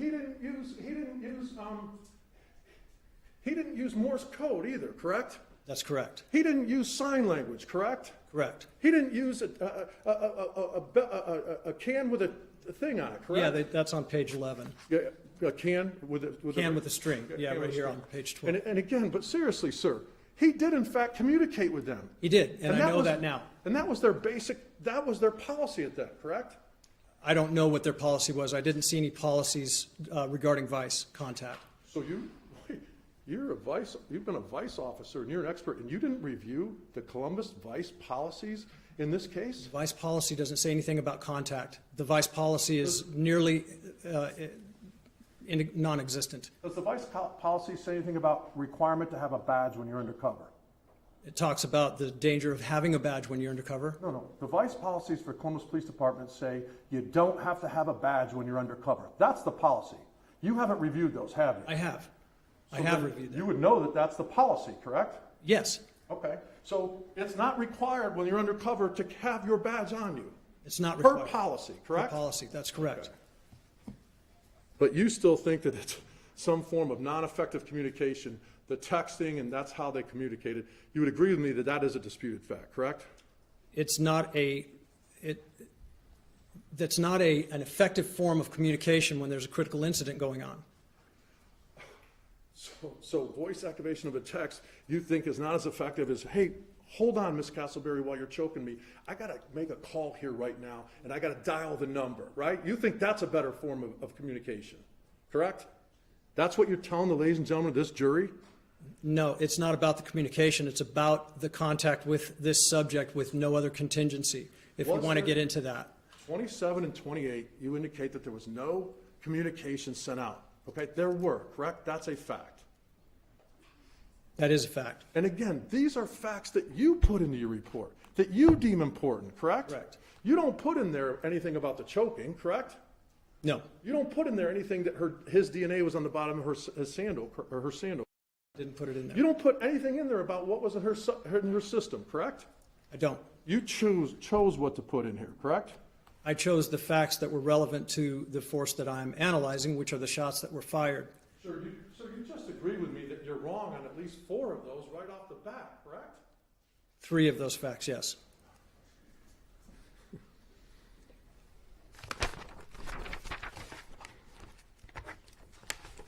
Now, at a basic level, if there's a struggle, if there's a critical incident or an immediate threat, right? Mm-hmm.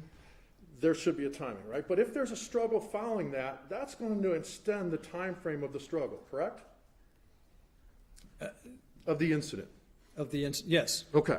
And in reaction time, if someone's involved in that struggle, there's fatigue, correct? Possibly. Exhaustion, correct? Could be. And based on the reaction time of undoing, now, when my client had her hands, when her backside was up against the windshield, and her foot was under his throat, and he had her hands, okay, at that point in time, you're aware that he made a decision because he believed that he was going to lose consciousness, correct? Correct. And so at that point in time, the moment he lets go and goes down to unbuckle, he's got to unbuckle, right? Correct. Because he's buckled in during the altercation, correct? During the struggle, right? Based on the evidence, yes. He's buckled in when he gets slashed, correct? I believe so. So that you're saying that then, so his attention goes off of her over to this unbuckle, right?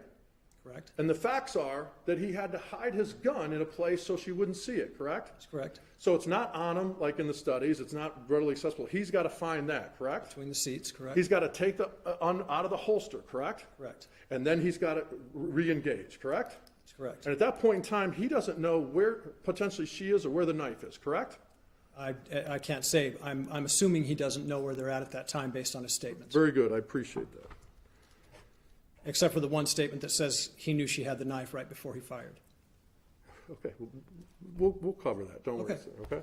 So again, in the Phoenix case, sir, you indicate that it's important to remember that reaction decisions also take time, and these increments of time must be recognized and considered in the reconstruction analysis of a force incident. Those are your words, correct? Correct. So the same thing has to be done here, correct? Absolutely. All right, and in Tennessee versus Garner, there's 2 paths that someone could take to use deadly force, correct? There's 2 alternative potential reasons when an officer can use deadly reasonable force, correct? Yes. And one of them is if there's probable cause to believe that a suspect has committed a crime involving the infliction of threatened infliction of serious physical harm, correct? Right. Okay. Attack.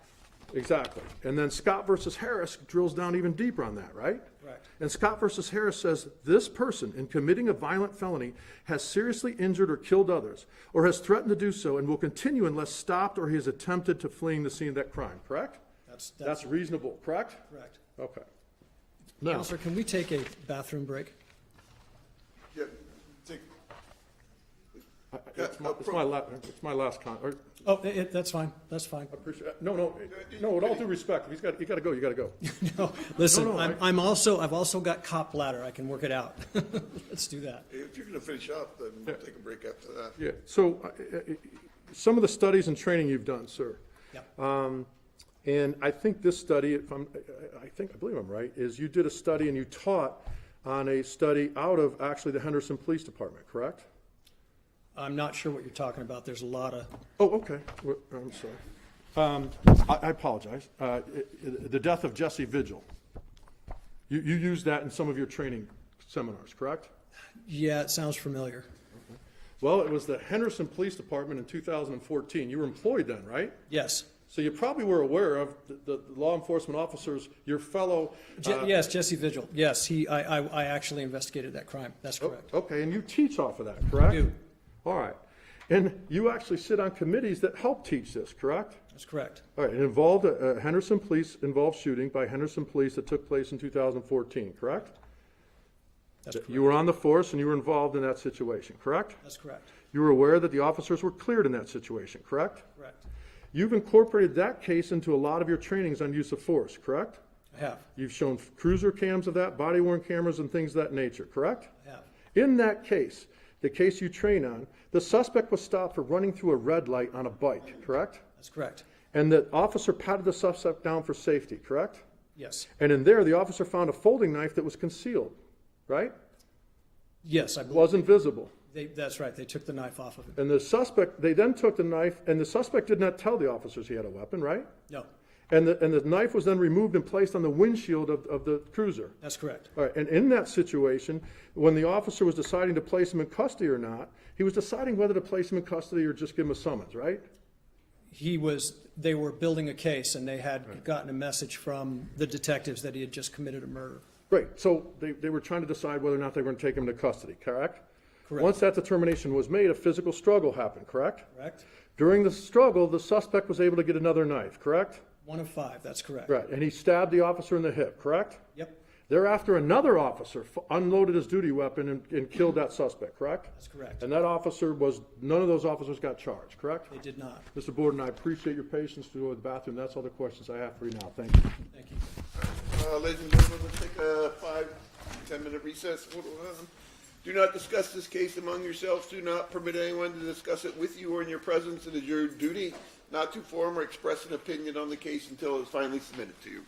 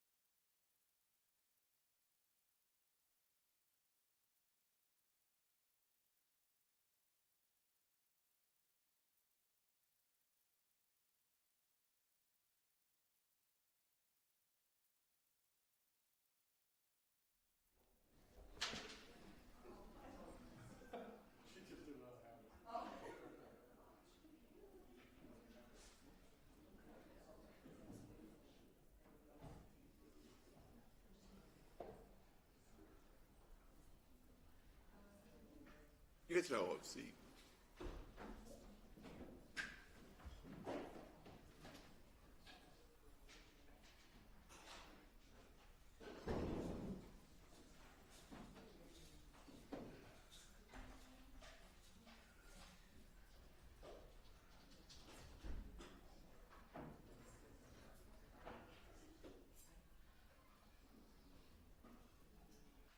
Las Vegas is wrong so much.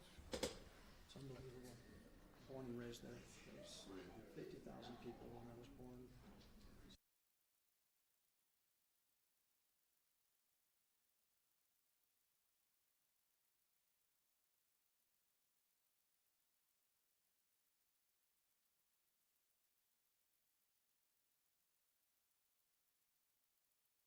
I don't know where they are.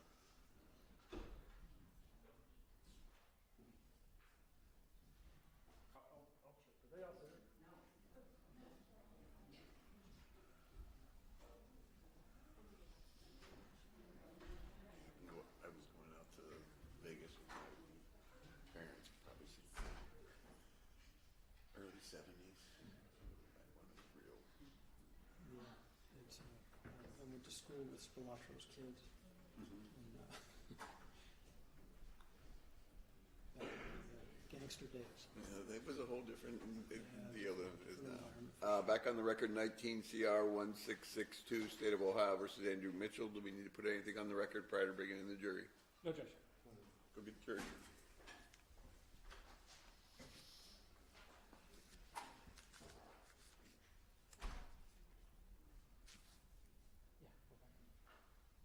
used to live in Los Angeles and go to Vegas all the time. Especially back then.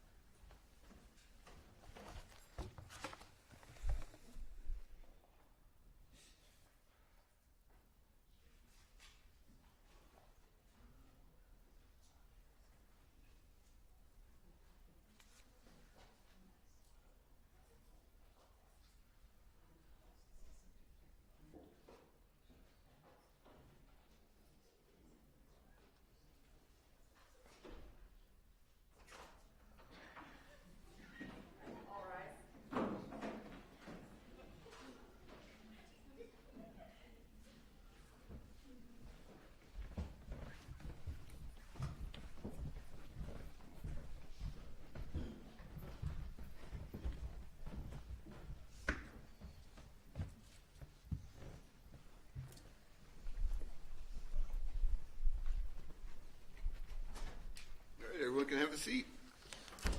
Any redirects? Yes, thank you, Your Honor. Just Oh, you're still under oath. Thank you, sir. Mr. Borden, the last thing you were talking about is the Vigil case with Mr. Collins. Vigil case is not this case and not these facts, correct? That's correct.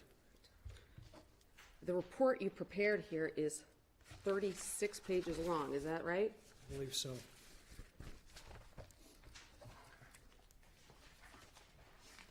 Yes, ma'am. Very good.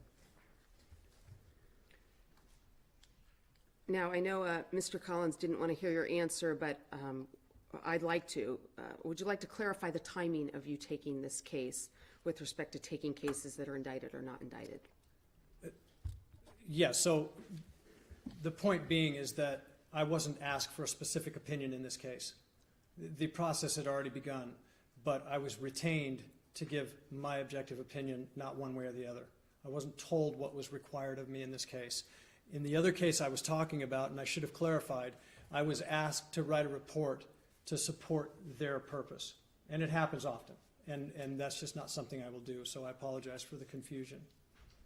So you were asked to, whichever way it was going to come out, give an opinion. Correct. I believe you told Mr. Collins you recalled references to the defendant having control of the knife. Correct.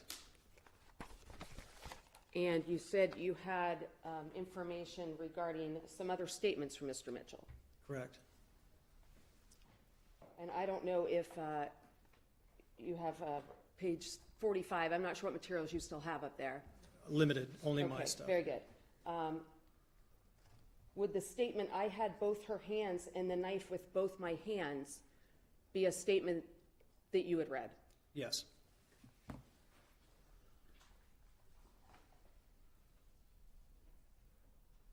And a statement such as, if I go out, she is going to take this knife.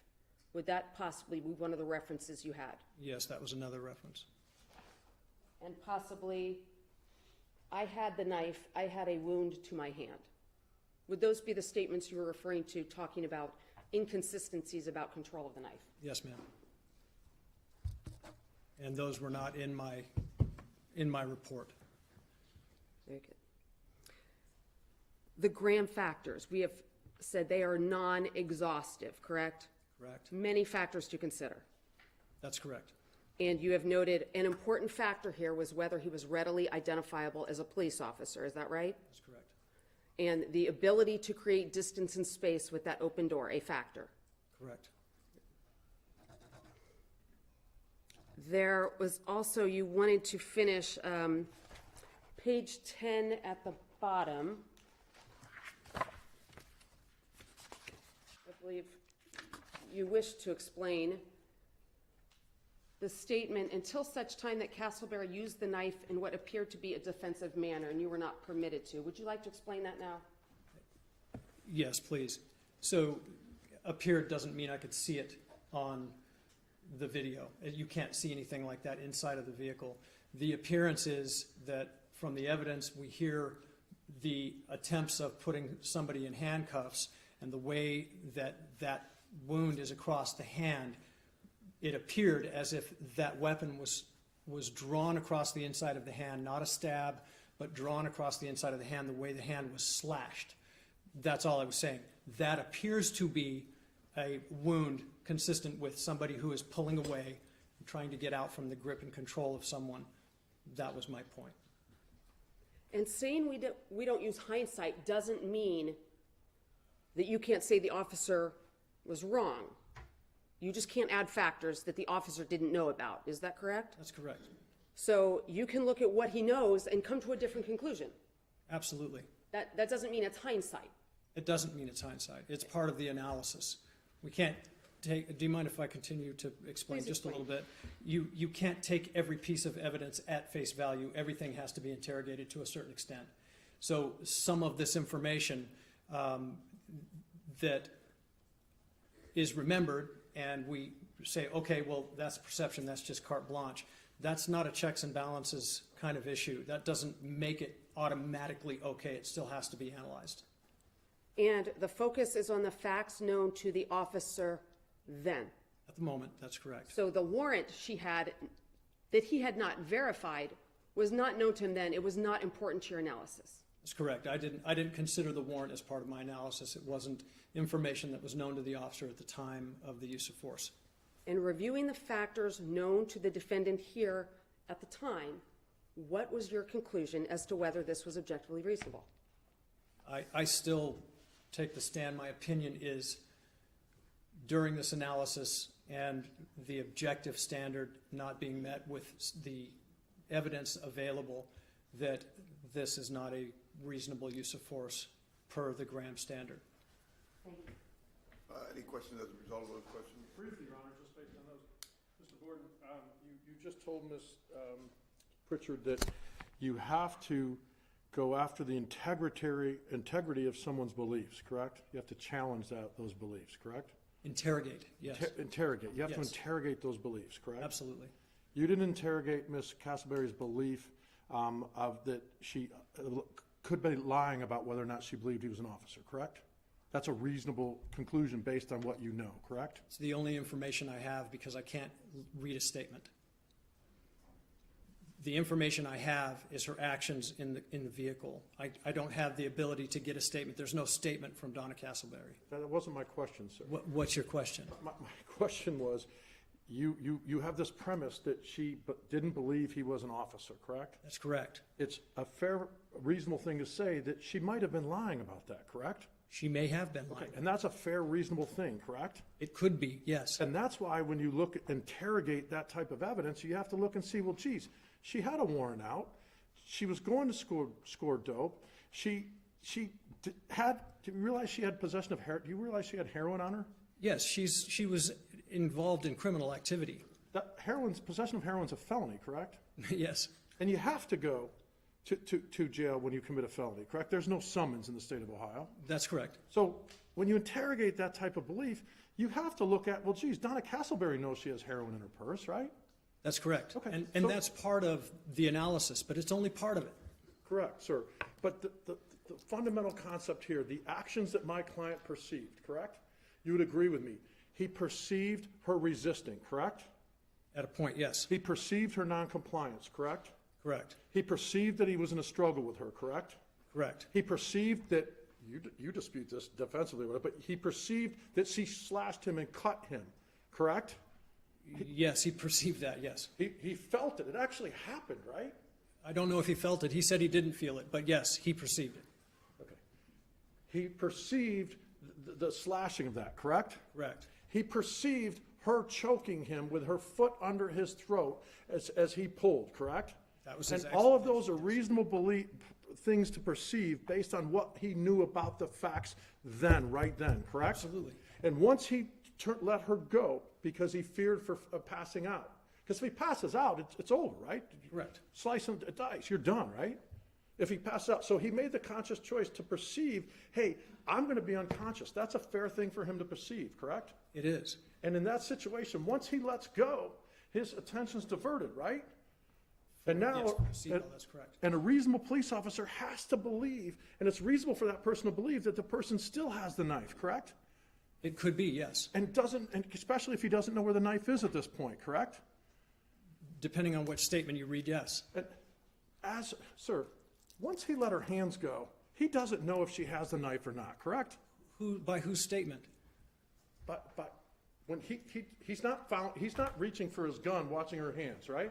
His statement is that he saw the knife when he fired the first two shots. Okay, sir. Okay, that's part of the evidence. That's what I have to analyze The that. question is, once he lets go of her hands, he's on a different stimulus, correct? Potentially, yes. And he doesn't know where she is or doesn't know if she has the knife or not, correct? I don't know. I can't tell you that. All I can tell you is what the evidence states. It's reasonable for him to believe that she still has the knife, correct? It could be, yes. And even if he's mistaken that she had the knife when he fired the first two shots, that's a reasonable mistake, correct, sir? Yes, it could be a reasonable mistake. Absolutely could be a reasonable mistake. So the fact that you say, well, she had the knife in the first two shots, she may have or she might not have, but that's something that a reasonable police officer under our laws can be mistaken about, correct? It can be, yes. Thank you very much, sir. Thank you. You can take all your stuff. Your Honor, I brought 0 things. I'm going to leave Oh, the if exhibits. you didn't bring anything up there, leave it there. Your Honor, thank you for the opportunity.